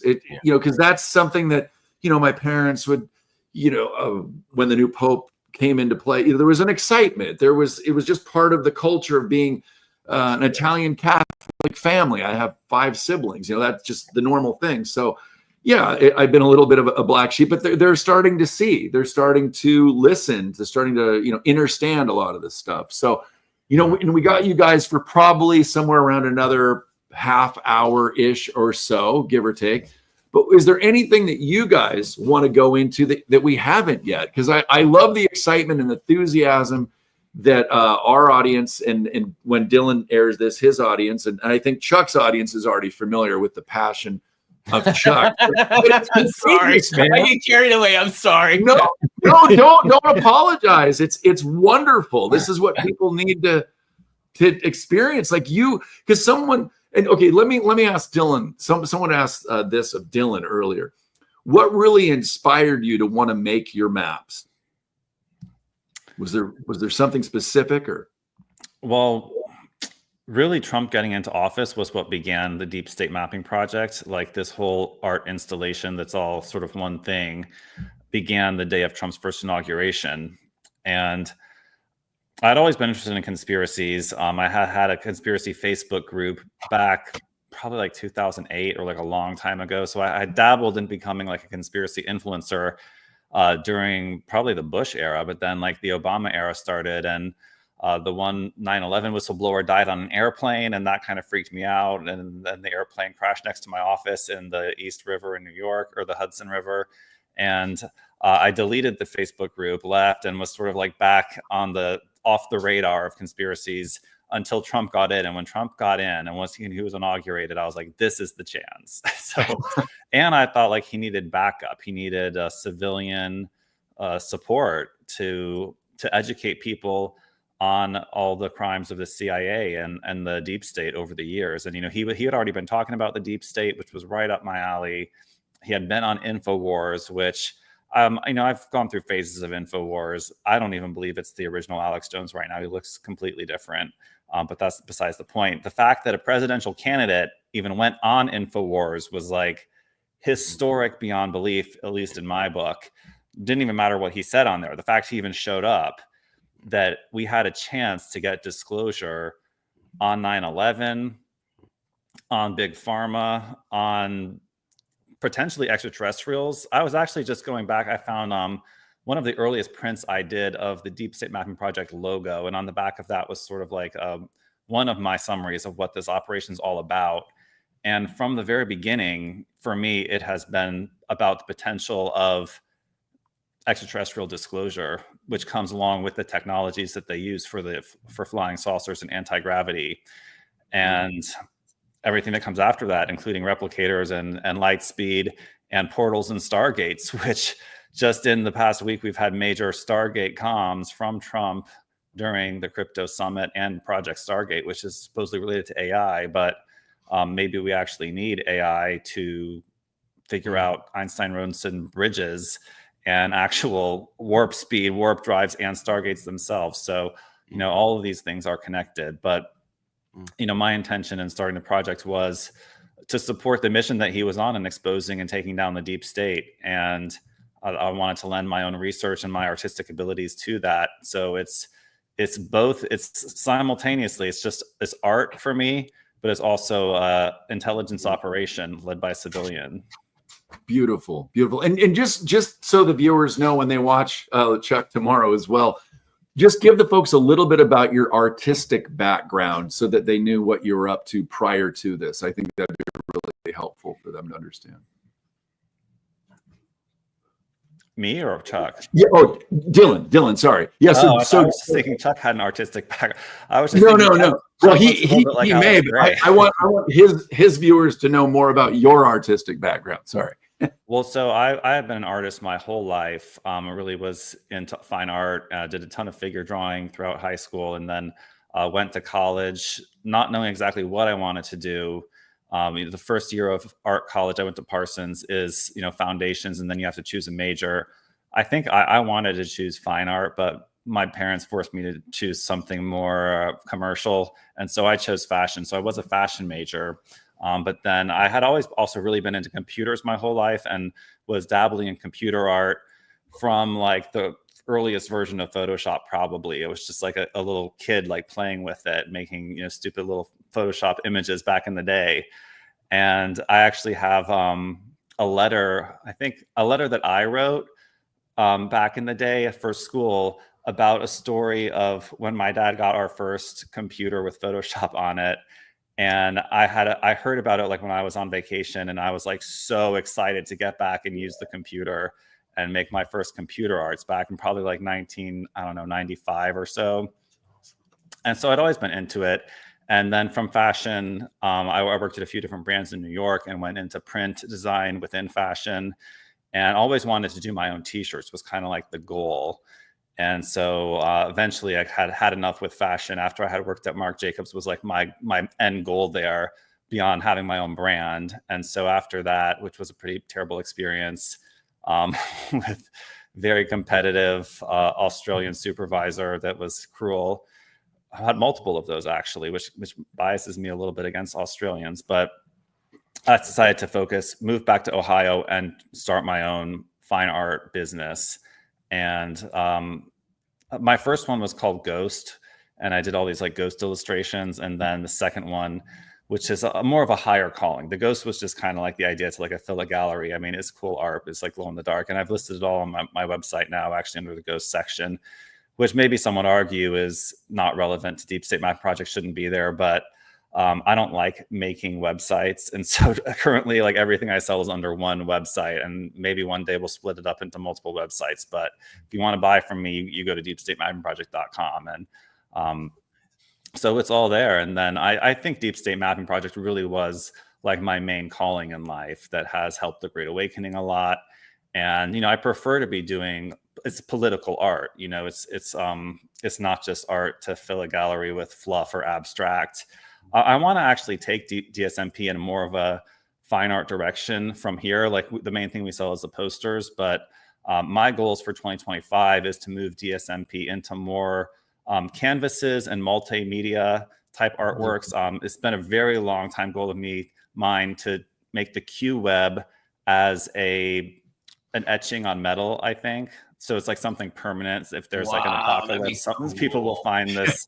And it'll probably be like a very large scale, maybe multiple scales, but Be awesome. yeah, I have a lot. I just actually have been working on a list just recently of, instead of posters, doing all these things as various multimedia, like fine art pieces to really turn DSMP into a real higher end gallery show one day. So that's my longer term goals with it. But I've been pretty happy with the posters so far. And I like the idea of more egalitarian art, having it, these diagrams need to get out. This was like an emergency back in 2017 and 18.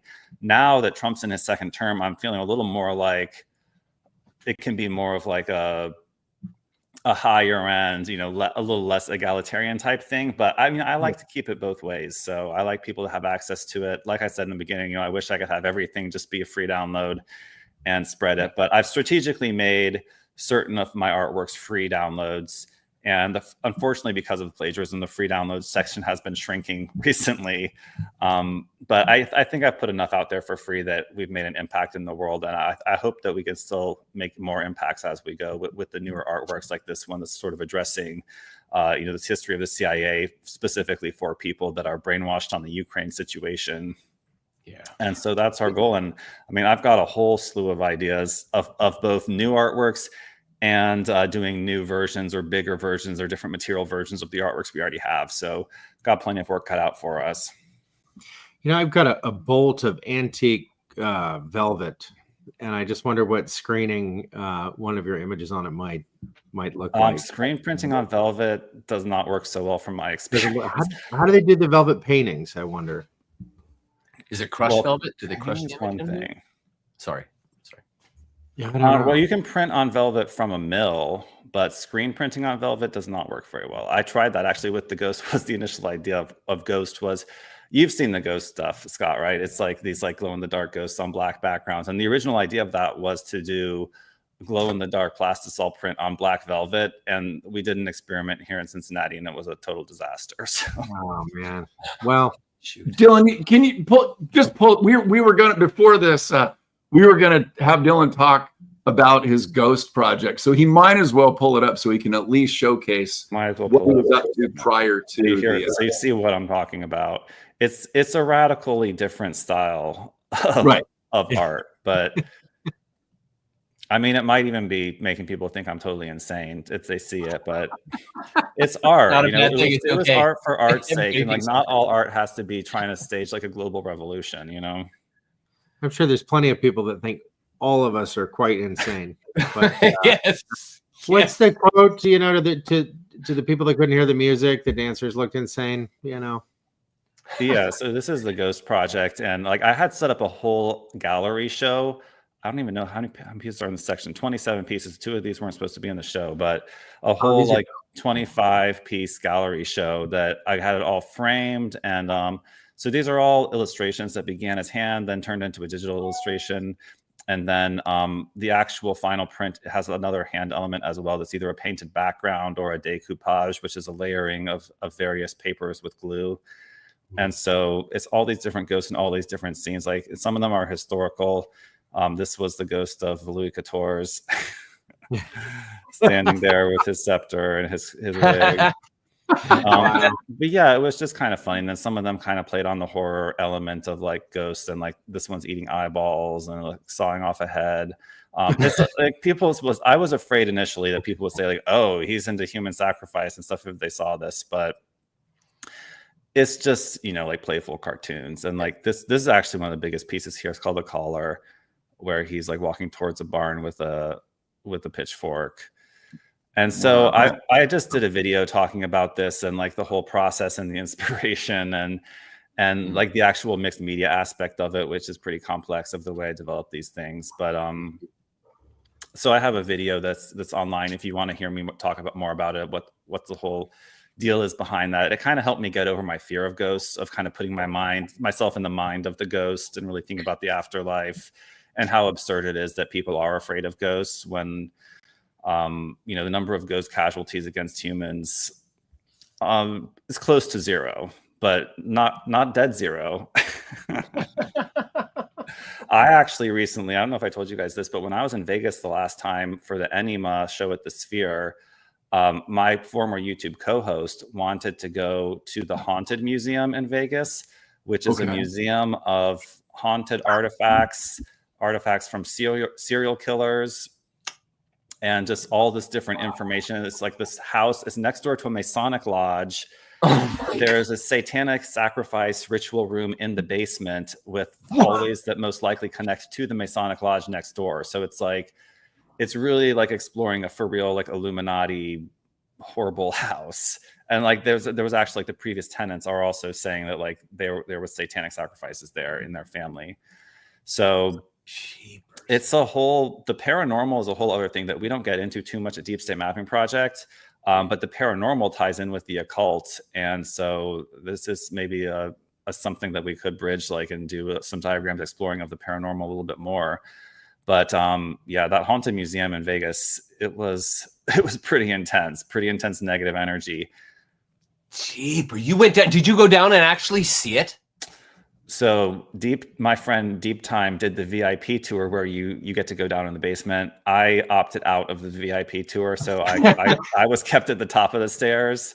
But I actually kind of want to go back and see it, and I'm not sure if they staged it. He said when you get down there, like there's a big Baphomet statue, and it's like pretty much set up like they're ready to do some satanic rituals there. It's in Vegas. Yep, it's in Vegas. Wow. Haunted well, museum. Well, that early Thelema work happened out in the desert outside of LA, and that's not too terribly far. I'd be curious to see their altar. I know what satanic altars, the real ones, look like. I'd be curious to see what it looks like, because there are certain characteristics that are required in the altar for what they do in those rituals. And so if you don't know that, you won't know the shaping that's required of the altar. And so I'd be curious to actually see it, to see if it falls in line or if it's just something somebody, put together, if it's actually authentic. I'd be curious to see it. Be interesting. I would too. Yeah. They didn't have much time down there, but that museum has all different stages of your admission. And they also have special like night tours where you can go in there like by yourself in the dark with a flashlight and stuff. So it's for the brave. And, the other people on the tour were all kind of like, just like goth kids and were like into it like that. But it was pretty creepy. And Deep Time, I think he's wanted to get a little more into like paranormal research and stuff. I'm a little worried he might have something like darkness attached, to be honest. But right. we had fun on the trip, Yeah, I mean, you wouldn't want to make light of something like that. I mean, you wouldn't want to try and profit off of something like that. Maybe they are, but I mean, it seems pretty morbid. But that's very morbid, especially the serial killer artifacts, and like they had Dr. Kevorkian's van, and gracious. I mean, It's interesting to look into like that side of reality. One of the other really interesting things that I remember that I just said no one's died of a ghost, but there was this one exhibit in there of a woman who became so obsessed with paranormal research, and she was the one who invented, what's it called? I'm going to call it the ghost box. That might not be the word for it, but it's like basically like a radio that you leave on, and sometimes like voices can come through it. I forget the exact term. Maybe it is ghost box, but I think I heard she invented that, and she got a little bit too obsessed. And they have like a recreation of the room where she died, and she basically died sitting in this chair, like surrounded by like a million ghost boxes. And like did all these crazy like note cards covered with sigils and like weird like alchemical formulas that they had in there. And that stuff kind of interested me because some of it actually started looking a little bit like the Q web. I was like, what is all of this? And like, wow. So yeah, there's definitely, I mean, it dabbles in the occult. There's wisdom to be gained from it, but you can definitely fall in too deep. And it's like, what are you really trying to contact? Like, what are you trying to do here? Because I think the deeper you get in, you eventually find something that kind of takes hold of you. Thank you. Someone said it's called a spirit box. I was close.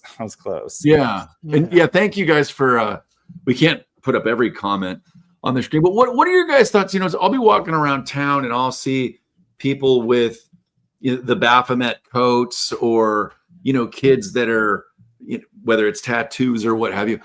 I wonder what the percentage of them that know that this is really real. I think a lot of them, like when I was a kid, I wore shirts that had like, the punk bands on it, but nothing that was satanic. So at least I didn't think it was.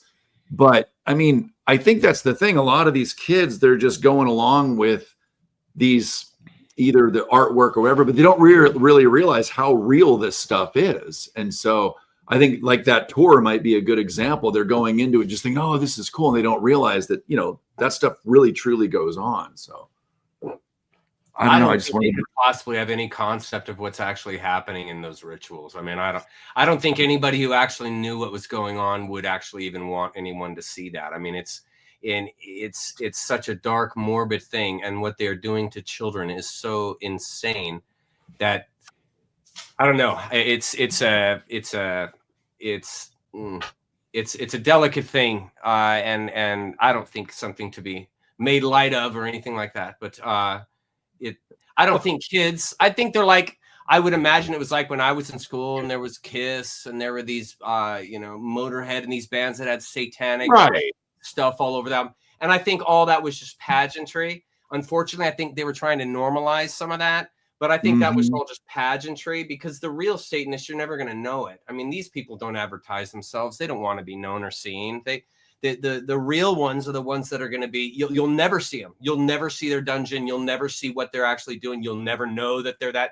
Most of them, in fact, in my research, most of the really hardcore ones basically maintain a double life.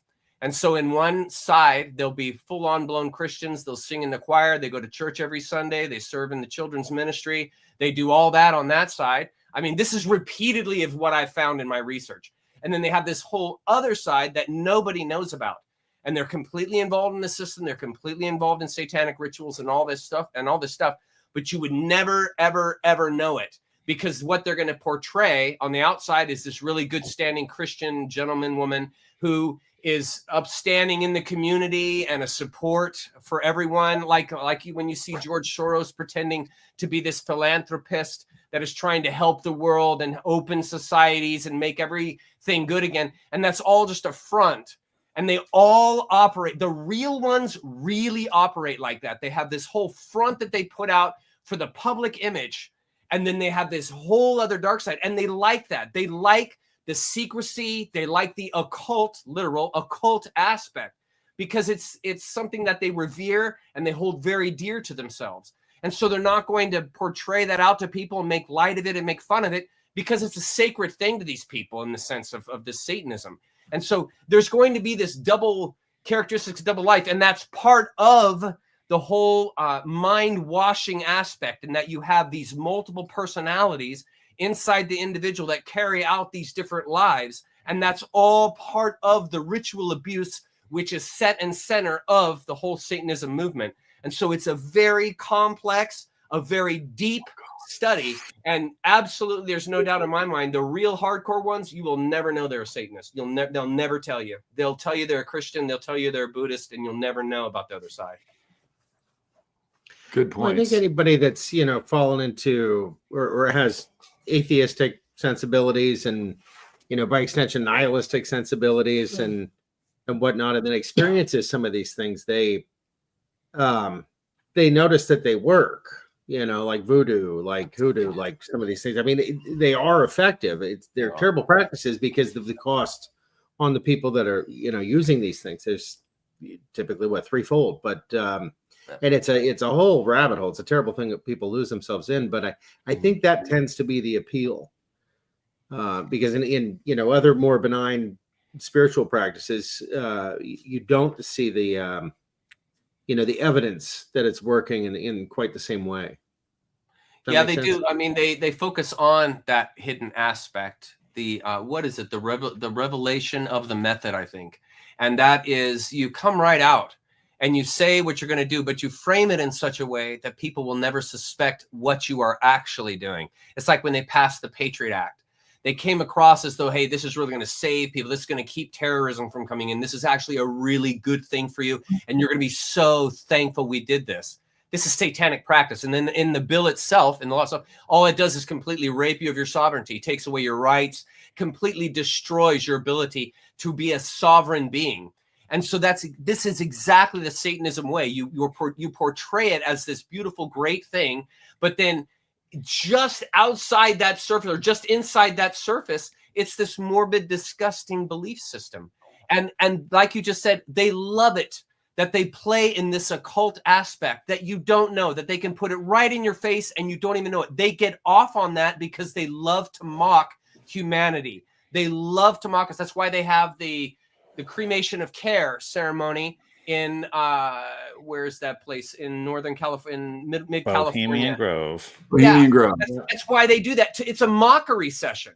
They practice mockery. They love to mock people. And one of the ways you can mock people is deceiving them, telling them you're going to do one thing and then doing something totally different. And this is straight up basic at the ground level Satanism. This is the way they operate and why it's so hard to trace them down, because the average Joe Blow will say, why are you giving any grief to George Bush? Or why are you giving any grief to George Soros? These people are like helpful. They like tried to help society. And see, that's the thing. You have to get through the surface that they put out in front of you so that you can actually see, because that's the way the deceiver works. The magician doesn't want you to see the sleight of hand, because if you see the sleight of hand, you won't believe the joke and he'll lose his aura. And so he's going to do everything he can to stay hidden, just like the Satanists are going to do everything that they can to stay hidden. So they keep that aura, they keep that power over you that you don't know about, that they feed off of. So it's a whole system that people have to become accustomed to understand what's happening. Yeah, well, look at the Vatican, kind of like Joe was pointing out, but everything that's come out of the Vatican, particularly in the last 10 years or so, is mockery all the way. And it's my understanding that the most recent Pope, who is kind of pulling a Ruth Bader Ginsburg right now, we don't know if he's alive or dead or what, but he was saying everybody needs to come to Lucifer, and there's a lot of interesting stories around the myth of Lucifer, in the mythology of Lucifer, and people really get confused between Satan and Lucifer and what all these things mean. And generally, Satanism is a catch-all term for a variety of different occultic practices like Baal and whatnot. But I'm not telling you guys anything you don't know. But the idea, my mother can't wrap her head around it as a Catholic, that the Pope would say such a thing. She just doesn't believe it. And a lot of folks are in that boat. But that's the mockery. That's like the highest order of mockery there. Yeah, you have them fully deceived when you tell them the morbid things you do, and they either don't believe you or they don't think it's possible. And that's really, I think, one of the reasons why they are so morbid in these ceremonies, is that when you actually tell someone what they're doing, no one will believe you. They wouldn't believe that is physically possible, that a person would actually do what they do. And again, it's all part of the occult. It's all part of staying hidden. It's all part of the game they play to mock and deceive all of society. It really is. It really, truly is. Yeah, and they hide it in plain sight. So there's been a lot of comments about that. So if they give you little hints and you don't pick up on it, well, then they karmically feel like, okay, well, I did my job. I let them know.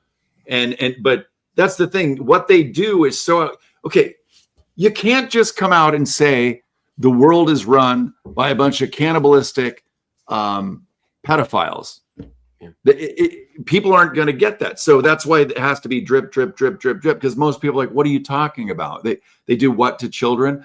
I mean, when I started hearing about it, to me, it made sense why the world is as screwed up as it is, where then I go out and try and tell people about it, and they're really not interested. They don't feel that, they don't have the time to dig into it. It sounds too outlandish. But there's some of us that hear this stuff and feel like, well, we got to do something about it, like the four of us here and many of the people that are watching.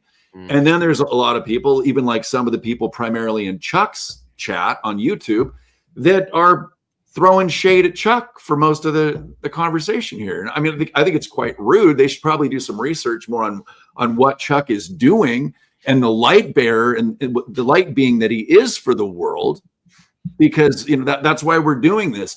We're here to support each other. So if you're here to tear people like Chuck down, I mean, whatever. But you're in for a rude surprise if you can't learn from the four of us that something's really wrong with the world. I don't know what you think's coming, but well, I mean, before you're quick to criticize, maybe put the several thousand hours of research into the topic so that you can have an opinion on it. I mean, that's it is interesting that the folks that are that quick to be critical on that level. It in many ways, it has to be expected in our society, as dulled down as basically the world has become with what we've all been brainwashed with. It's one of the ways I've really learned to develop patience.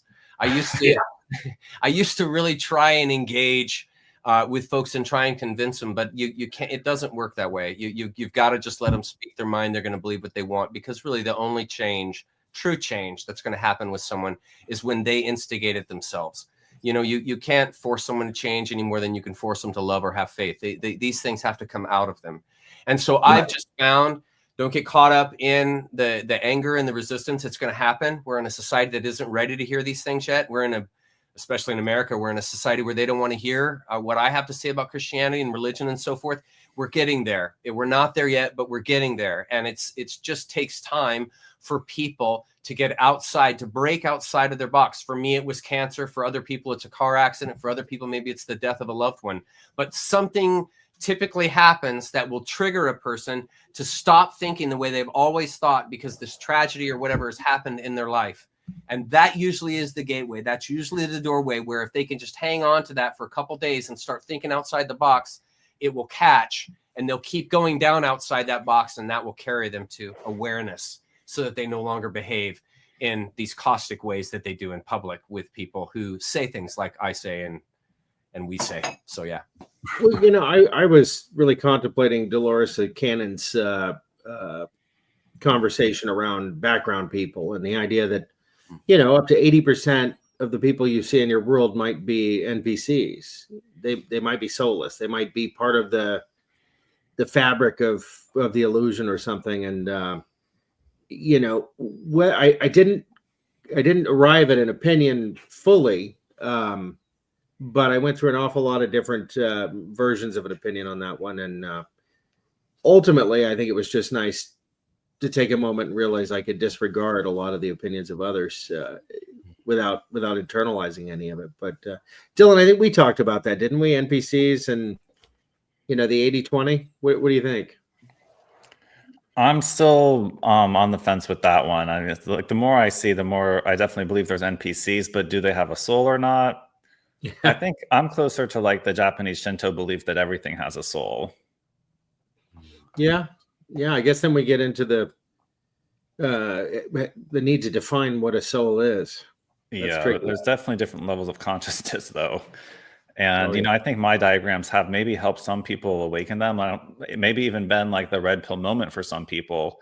But a lot of them, the red pill moment comes, you just never know. Like for some people, it was the assassination attempt. For a lot of people, it was maybe like Jeffrey Epstein. It's just like it can come at any time. But there's some kind of a snap or like a shift that happens in people that they break out of that NPC mindset and start forming their own opinions. But then, you know, we also run into the problem of people just latching on to one truther channel and having that be their opinion. Like I just had this happen with actually a friend of mine that she had been talking to me. We've been talking for a while, and she suggested I look at this one YouTube channel. I'm not going to say who it was or which channel it was, but I go and look at that channel, and like the last 4 videos are all things that she's like said to me in private conversation about like this is like her opinion now. And I'm like, my friend's just totally taking all her opinions from this one YouTube channel. And I didn't like the content of the channel. I thought it was very kind of like cult-like and kind of like this like new age guru type stuff. So you got to be real careful, and you got to do, you know, multiple sources, cross-referencing. It's really a skill that people need to learn, and try not to just go from like the getting all your information from mainstream media to all your information from one YouTube channel.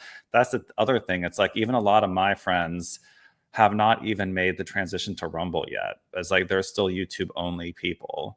And that's coming from, you know, most of my friends come from like my Q group in Cincinnati. And so that's like even from Q people like haven't made the transition to Rumble. And so we got a ways to go. And there's multiple levels to this mind control matrix. It's not just the red pill and the blue pill. There's a lot of different shades in there, and, you know, false pills and holograms of red pills that aren't real red pills, and all different levels of awakening. And, you know, even at my level, I know so much, but I know there's so much more I don't know, and even about the fabric of our reality itself, that it's not just this battle between we the people and governments or secret societies and open society.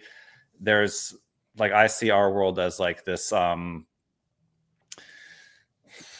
it's hard to describe, but basically like some kind of like a 5D chess game is actually the way I describe it.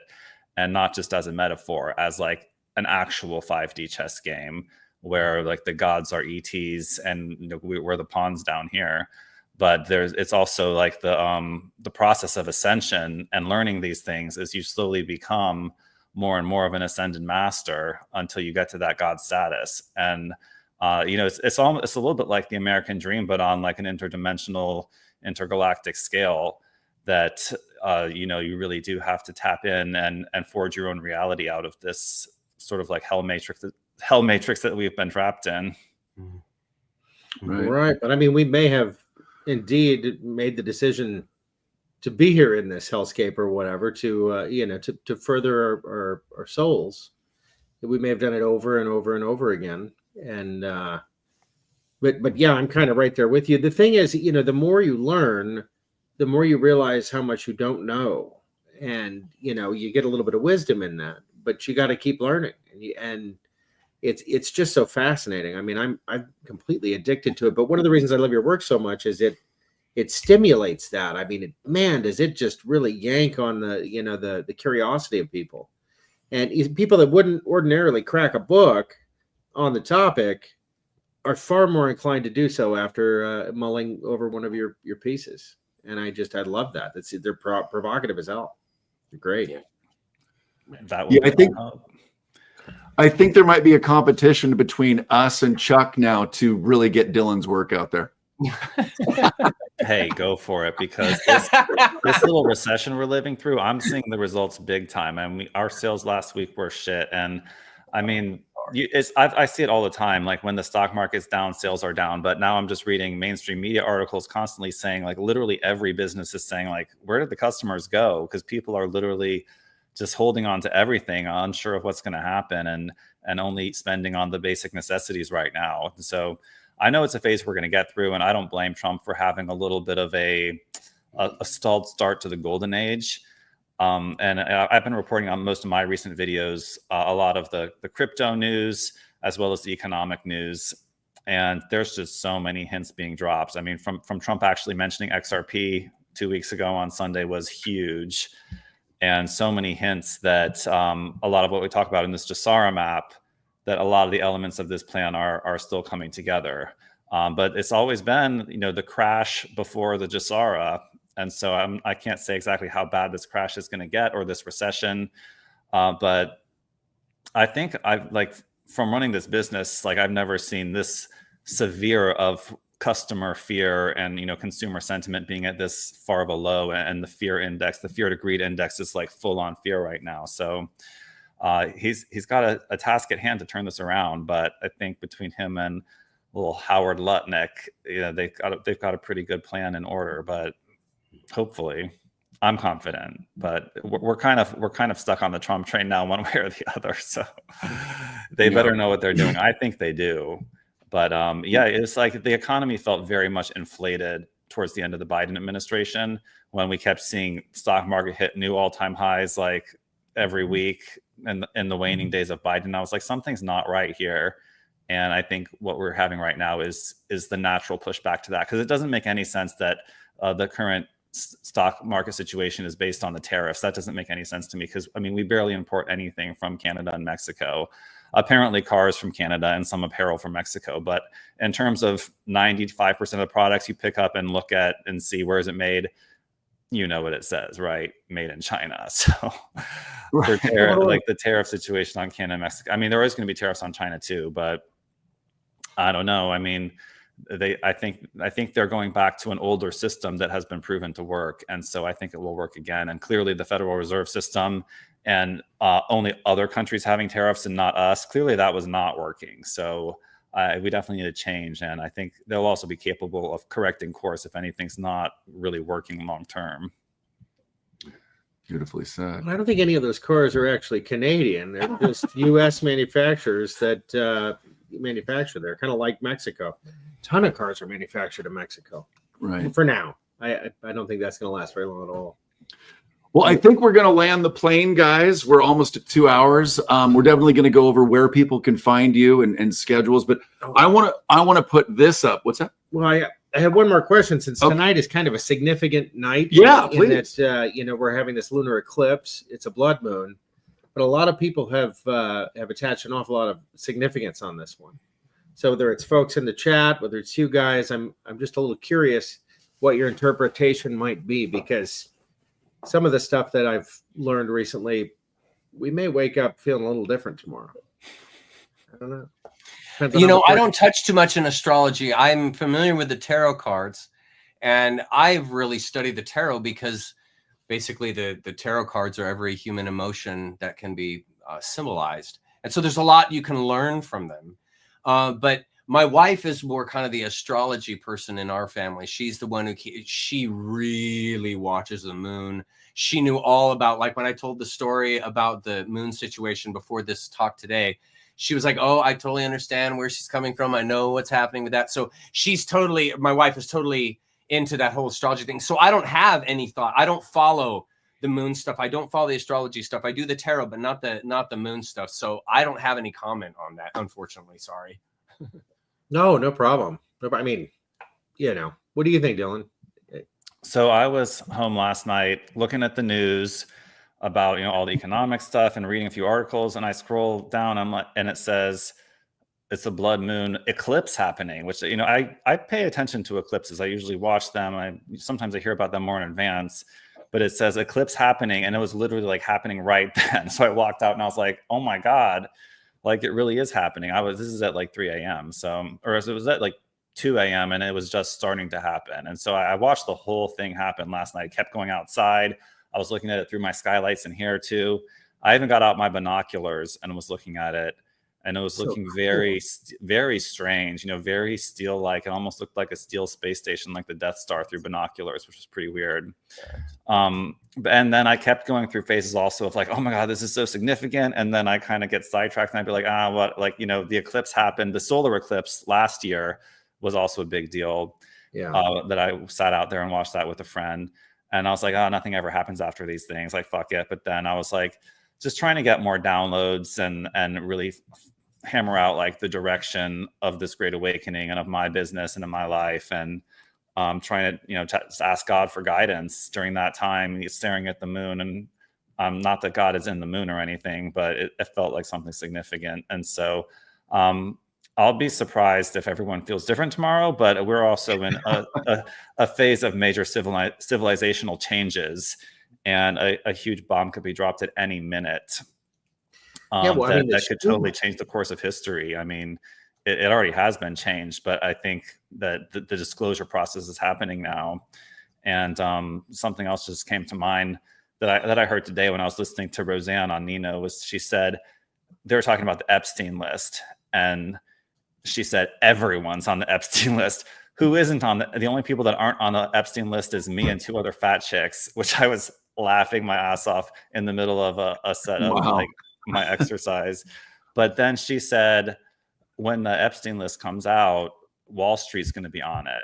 And then Wall Street, people are not going to want to be having their retirement fund with bankers that were on the Epstein list. Oh. And so I was thinking that might be another reason the stock market might be a little bit crashing, is the potential for this Epstein list to come out and for everyone's concept of celebrity as well as bankers they can trust could go out the window. And so I think there's multiple things happening right here. It's like the mainstream media's explanation of why this recession is starting is completely bonk, I believe.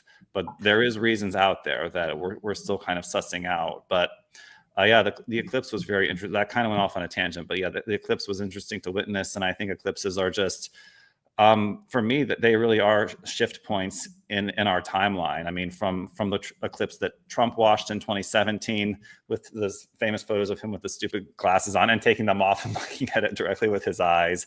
And people are saying, why is this narcissist racist looking at the sun with his own eyes? Like blah, blah, blah, blah, blah. But obviously after that 2017 shift, then there was the Vegas massacre and QAnon appeared, and, the world has never been the same since. So I do see them as significant timeline shifting points, and hopefully we get on the fast track now to the golden age after this little lunar eclipse, blood moon. Well, we've got the golden age, we've got the golden dome that he talked about, which I thought was interesting, especially after a conversation with Gene Decode yesterday.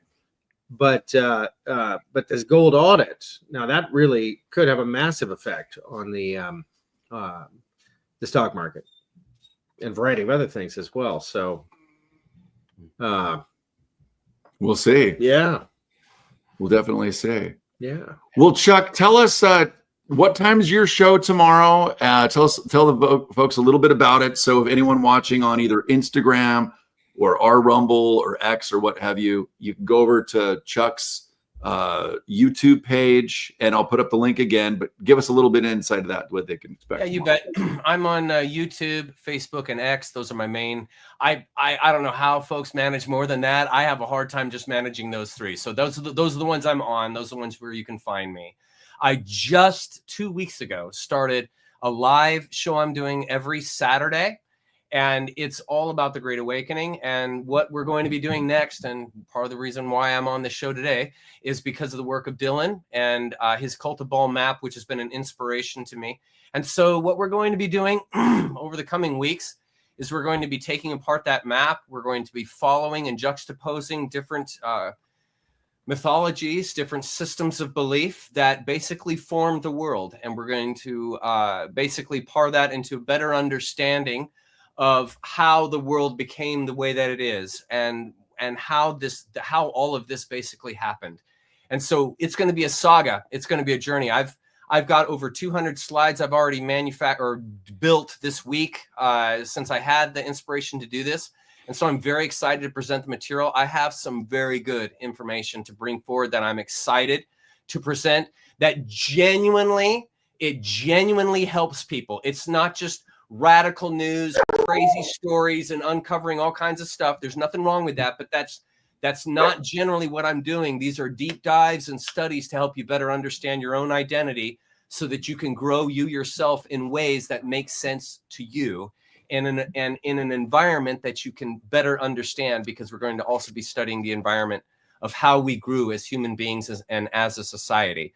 So that's every Saturday night, 7 o'clock. 7 o'clock Pacific, 10 o'clock, 7, 8, 9, 10. Yeah, 10 o'clock Eastern. Sorry, all these times.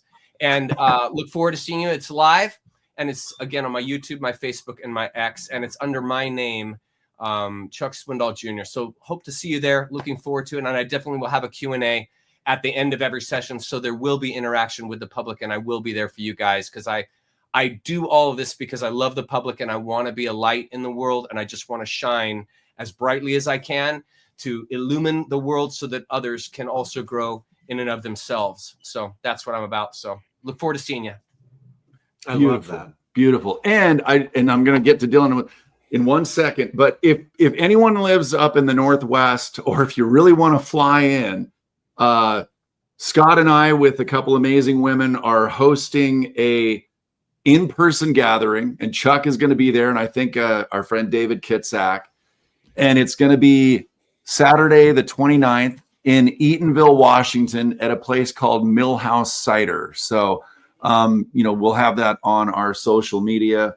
You could take a picture of this if you want to, but yeah, definitely go to our Telegram for more information. And Chuck, I think Chuck will be sharing that as well. He already has been sharing that. Yeah. So it's a beautiful small town, about, 40 minutes or so from Mount Rainier. But yeah, it's going to be amazing to get together in person. We've never met Chuck in person before. And Dylan, what is next for you? What do you want to showcase before we say farewell for the evening? Well, I did want to add one more point about the blood moon, that it was kind of like an epiphany that hit me, that, I was looking at the news, and we're in this phase where none of us really knows exactly what's real. I mean, we've realized the mainstream media is fake a lot of the time, and sometimes it's the opposite of their story. But in terms of like the plan and Trump and Elon, I even question, is Doge really finding all this fraud, and are they really ending it, or is this all just like a dog and pony show? I think if I had to bet, I would say they are. But it's like, and with the whole Biden administration, is it a white hat operation? Are we in continuity of government? It's like everything in the media is like, you don't really know about it.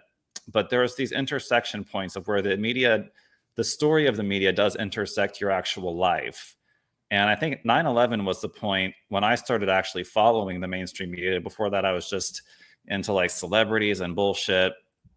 And 9/11 was a point when I realized I need to understand what's going on in the world so I don't end up trapped on the 110th floor of some random building, to know geopolitics and what's going on. And that eclipse was just like symbolic to me, because I was like scrolling through the media, wondering if anything's real or not. And it says the eclipse is happening. I go out there and I see it. And that's like one of the few times when you can actually sit there and like corroborate, like what the mainstream media is talking about has some bearance to reality, and so you got to suss out like the lies from the truth, and it's not always easy. But that was one point when they were right about the time, like 2:30 rolled around and that moon turned red, sure as shit. So it's just a reminder that there is truth within the lies, and it's all about sifting through that sand and figuring out what is the truth. And even when you get to the truth, there's sometimes two different perspectives on it, but that's a whole nother story. But for me, like I said, I'm looking this year to build on DSMP, create more diagrams, create the existing diagrams in new and different formats, and just keep reporting on this Great Awakening. I do my video on New Templars at least once a week. I did it on Tuesday this week, and I said I might pump out a second video this week, and lo and behold, here it came together. So that was great. It's great when we could have a 2-video week. But we do one video per week on New Templars, where we talk about current events. And lately there's been more of a focus on the crypto financial news, which I'm very invested in myself. And so I think a lot of my subscribers are as well, like the whole Jasara narrative and what's going on with XRP. We talk about a lot. But just we're going to be covering this whole Trump 47 administration, Trump term 2, and we're gonna keep him in check and not just be like the fanboy like some of these channels are, like the influencers that got invited to the White House to take home those Epstein files that are just basically like Republican mouthpieces. That's not what we are. We're the deep research. And fortunately, our values and mission have aligned with Trump almost perfectly, almost like he's speaking what we would say if we were in that position, aside from maybe one subject that's a little country in the Middle East. Right. But we're just going to keep hammering away at this deep state. And I do expect it to be obliterated and some major revelations to happen in the next few years. And we'll be there to address the cognitive dissonance and the panic and the cleanup when it's time. So that's deepstatemappingproject.com and New Templars on Rumble. Beautifully Awesome. said. Scott, you want to tell folks what to do at this point with the chat? Yeah, well, I was just I wanted to see the eclipse last night, but we live in the Northwest, so Yeah. it was just clouds. But as I understand, is it 2 nights, or is it just it I think it was last night. and that was I it? think it was just last night. Yeah, but it lasted a long time. Like, it wasn't like the solar eclipse. The solar eclipse went by, like, it was over before I even looked up at the sun. But this one, it lasted for like an hour or so, being in the strange blood state. Pretty cool stuff. I would have loved to have seen it. Yeah. Well, yeah, for the folks in the chat, if you have any comments that you want to live on, the chat goes away at the end of the live. On Rumble. On Rumble. That's right. So on Rumble, if you want to make a comment in the comment section, it's also a little easier for us to read. Sometimes it's difficult to read them all when you're in the middle of a conversation, but we do our best. And also check out our locals. It's free to join, but there's a place in there if you want to contribute to the channel, you can. And we hope we've earned that. But there you go. Anything else? Yeah, well, we put the schedule in there as well, and then also in our Telegram. So tomorrow morning, I'm going to be interviewing E. Smitty from Sound Alive Records at 9 a.m. Pacific, noon Eastern. And then at let's see, and then at 3 p.m. tomorrow? 3 p.m. tomorrow is with Louis Herms from Screw Big Gov, who is responsible for our channel being shadow banned, because he's definitely someone that has been targeted. But he's going to share his interesting story that he's been sharing all over X about something he witnessed in person, but I'll leave that for the show. So that's at 3 p.m. tomorrow. And then on Sunday, we're back with Chaim Harlow and a deep dive into, I mean, he's, how would you describe him? He's the one person that's still around that, Well, he's one of the smartest guys I've ever met. The more I get to know him, the more blown away I am. We certainly don't agree on everything, but he's just fascinating. But yeah, the CIA has tried to kill him 3 times.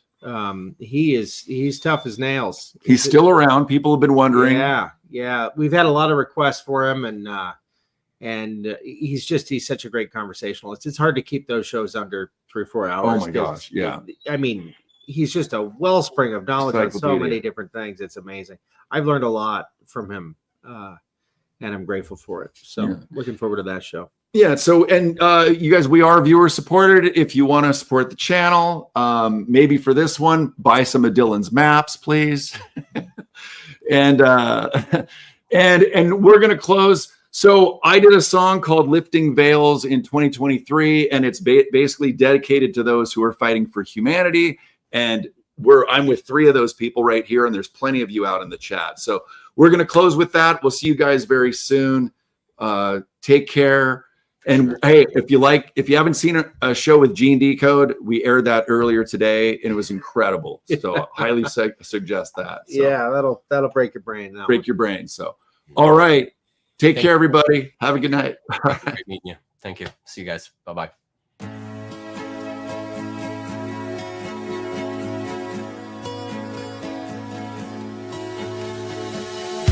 I have known for some time something about the world ain't right.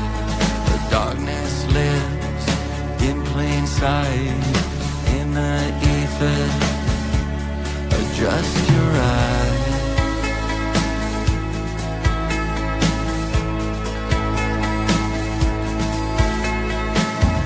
There are those that have no clue. You give them hints, they just stare at you. Most have lived in Plato's cave, watching the wall, chained up as a slave. As a slave.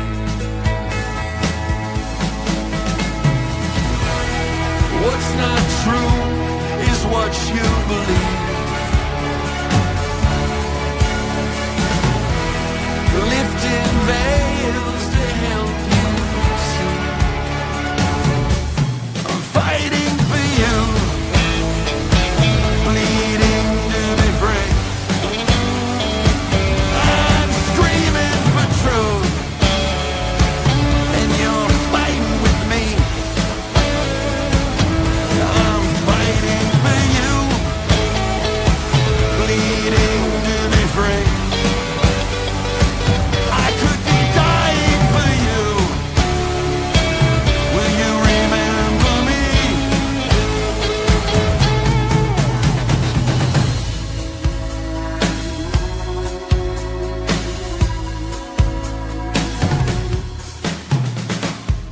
Down here in this rabbit hole, digging tunnels like a lively mole.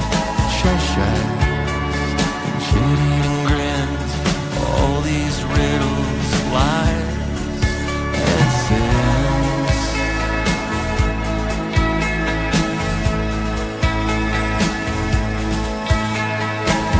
I dig each day to learn more truth, hidden from us since before our youth. Man has been in control, missing something, a human soul, a human soul.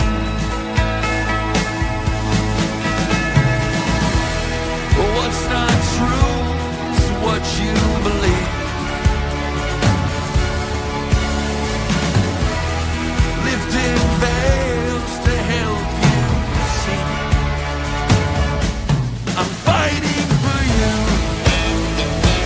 please.